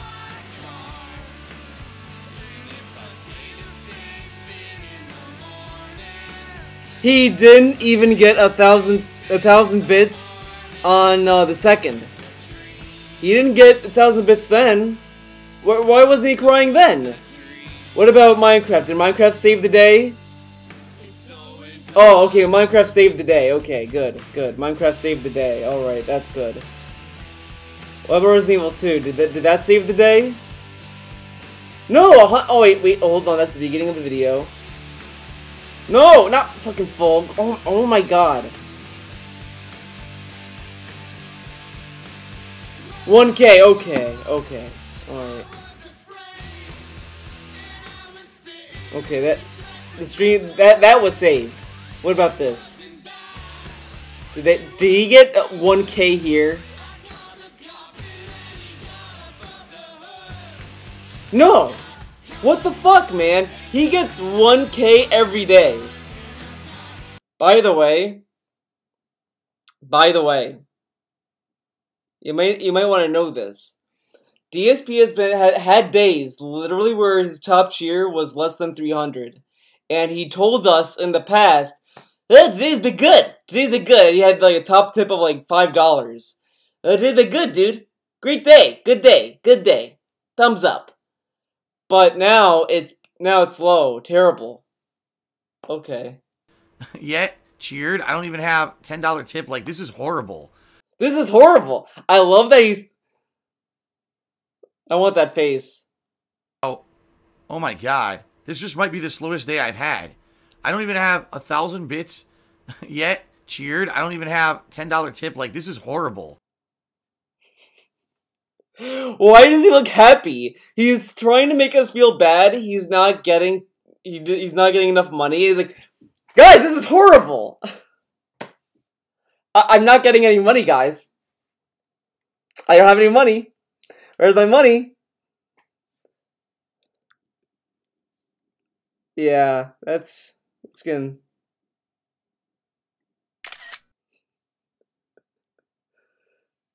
So distressed. And this is exactly what I was afraid of with Kingdom Hearts, that if I kept playing it, that no one would show up to support, and look what happened. Look what happened because of Tevin and his fucking fanbase. Now what's funny, though, is that it's incredibly petty for him to want to drop the game when he's this close to the end. He's so close to the end of the game, and he's already, like, threatening to drop it. Why not just bump this down to a second stream game? It's a JRPG. Why don't you just fucking use it as a chill stream? Because apparently, when you fucking have a stream with title of capital letters, chill, it makes his pigs go crazy. It makes his pigs whip out their wallets and just rain money on him for some reason. Feels Batman, feels Batman. So I'm actually glad we're near the end of the game. This just really sucks because I really need the help right now with tips in particular, and this is the slowest stream I've seen in a million years, so hopefully things pick up. Keep in mind, I am doing Dark Souls later tonight as well. So hopefully, things will get better, but I guess we'll see what happens, alright? How's the sub count doing it? 513, that's what I got, right? Okay, so the sub count is accurate. So yeah, we've only got, we started at like 510, so I basically got 3 subs today. 3 legit subs. Oh no. This is one of the worst streams I've ever done. So. Now, look how he says this is the worst stream I've ever done. This is like a typical Darks Vidal stream, though. He has gotten this many tips before, but okay.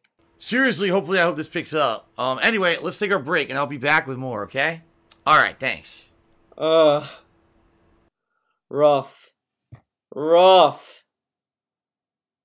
Okay, everyone. I think I'm done. And yeah, I see the fucking Lily. I see the fucking Prager. Why you can't argue with the leftists? You can't argue with me, okay? Prager says you cannot argue with me, okay? There you go. But guys. Let me look at my total. Wow! No one tipped today, guys. This is the worst dream of my life. Guys, I have a rabbit. A full-time rabbit. Cleo. And now you guys are saying that this is gonna be the worst stream ever. What am I gonna do? See, this is why I'm glad I'm taking a break from Endure the King until like the next time, and you guys are not giving me money, and you know. The bun bills are coming, man, and they're like gonna come, and they might repo the cage. Cleo might lose Cleo might lose the house, guys. Sorry, Theo, my parents said the credit cards. Get a job, Theo. This is my job, Ferd. Are you fucking stupid? My job is to sit in front of a camera and cry and beg for money, and you're telling me to get a job. Are you fucking stupid? Wow. You're immature. You're an immature robot, okay? Redford Lupe, whatever. I would time you out for you to think for what you did, but the rabbit would be upset. Whoa. What? Here you go, dude. I hope this helps your bun. Please don't cry Greek tears. Love you. Oh, thank you. Let me do some the crocodile tears. But thank you. Well, everyone, thank you for coming out for my streams. And yeah, it was all a meme. But thank you anyways. You guys have been great. I had a great week last week, and I had a great fucking day today. So I'm really happy, regardless. I will stream tomorrow. I don't know if it will be Endure the King, though. I think I might do another kind of video stream, whatever. I don't know. We will see. But I will tell you for sure, though. I got good news. Friday, I will actually return to Game of the Week. I know I have not done it for 2 weeks because one Friday, I think, what was it? There's something that I did that Friday, couldn't do it. I was playing Resident Evil 2. I didn't want to spoil that. And then I was playing, then this week I had to go to New York. So, I had a great week. This Friday, I'll be doing Game of the Week. What game will it be? You have to find out. You'll find out come Friday. Don't leave the cheer war. Don't leave the cheer war starting. Oh boy. But anyways, thank you guys for watching the stream. I appreciate you. I love you. You guys are great. Stay strong, everyone. As I clap, I hate it too. I hate when I do it too. So, well, everyone, see you guys when I see ya. And remember, the bun is with us.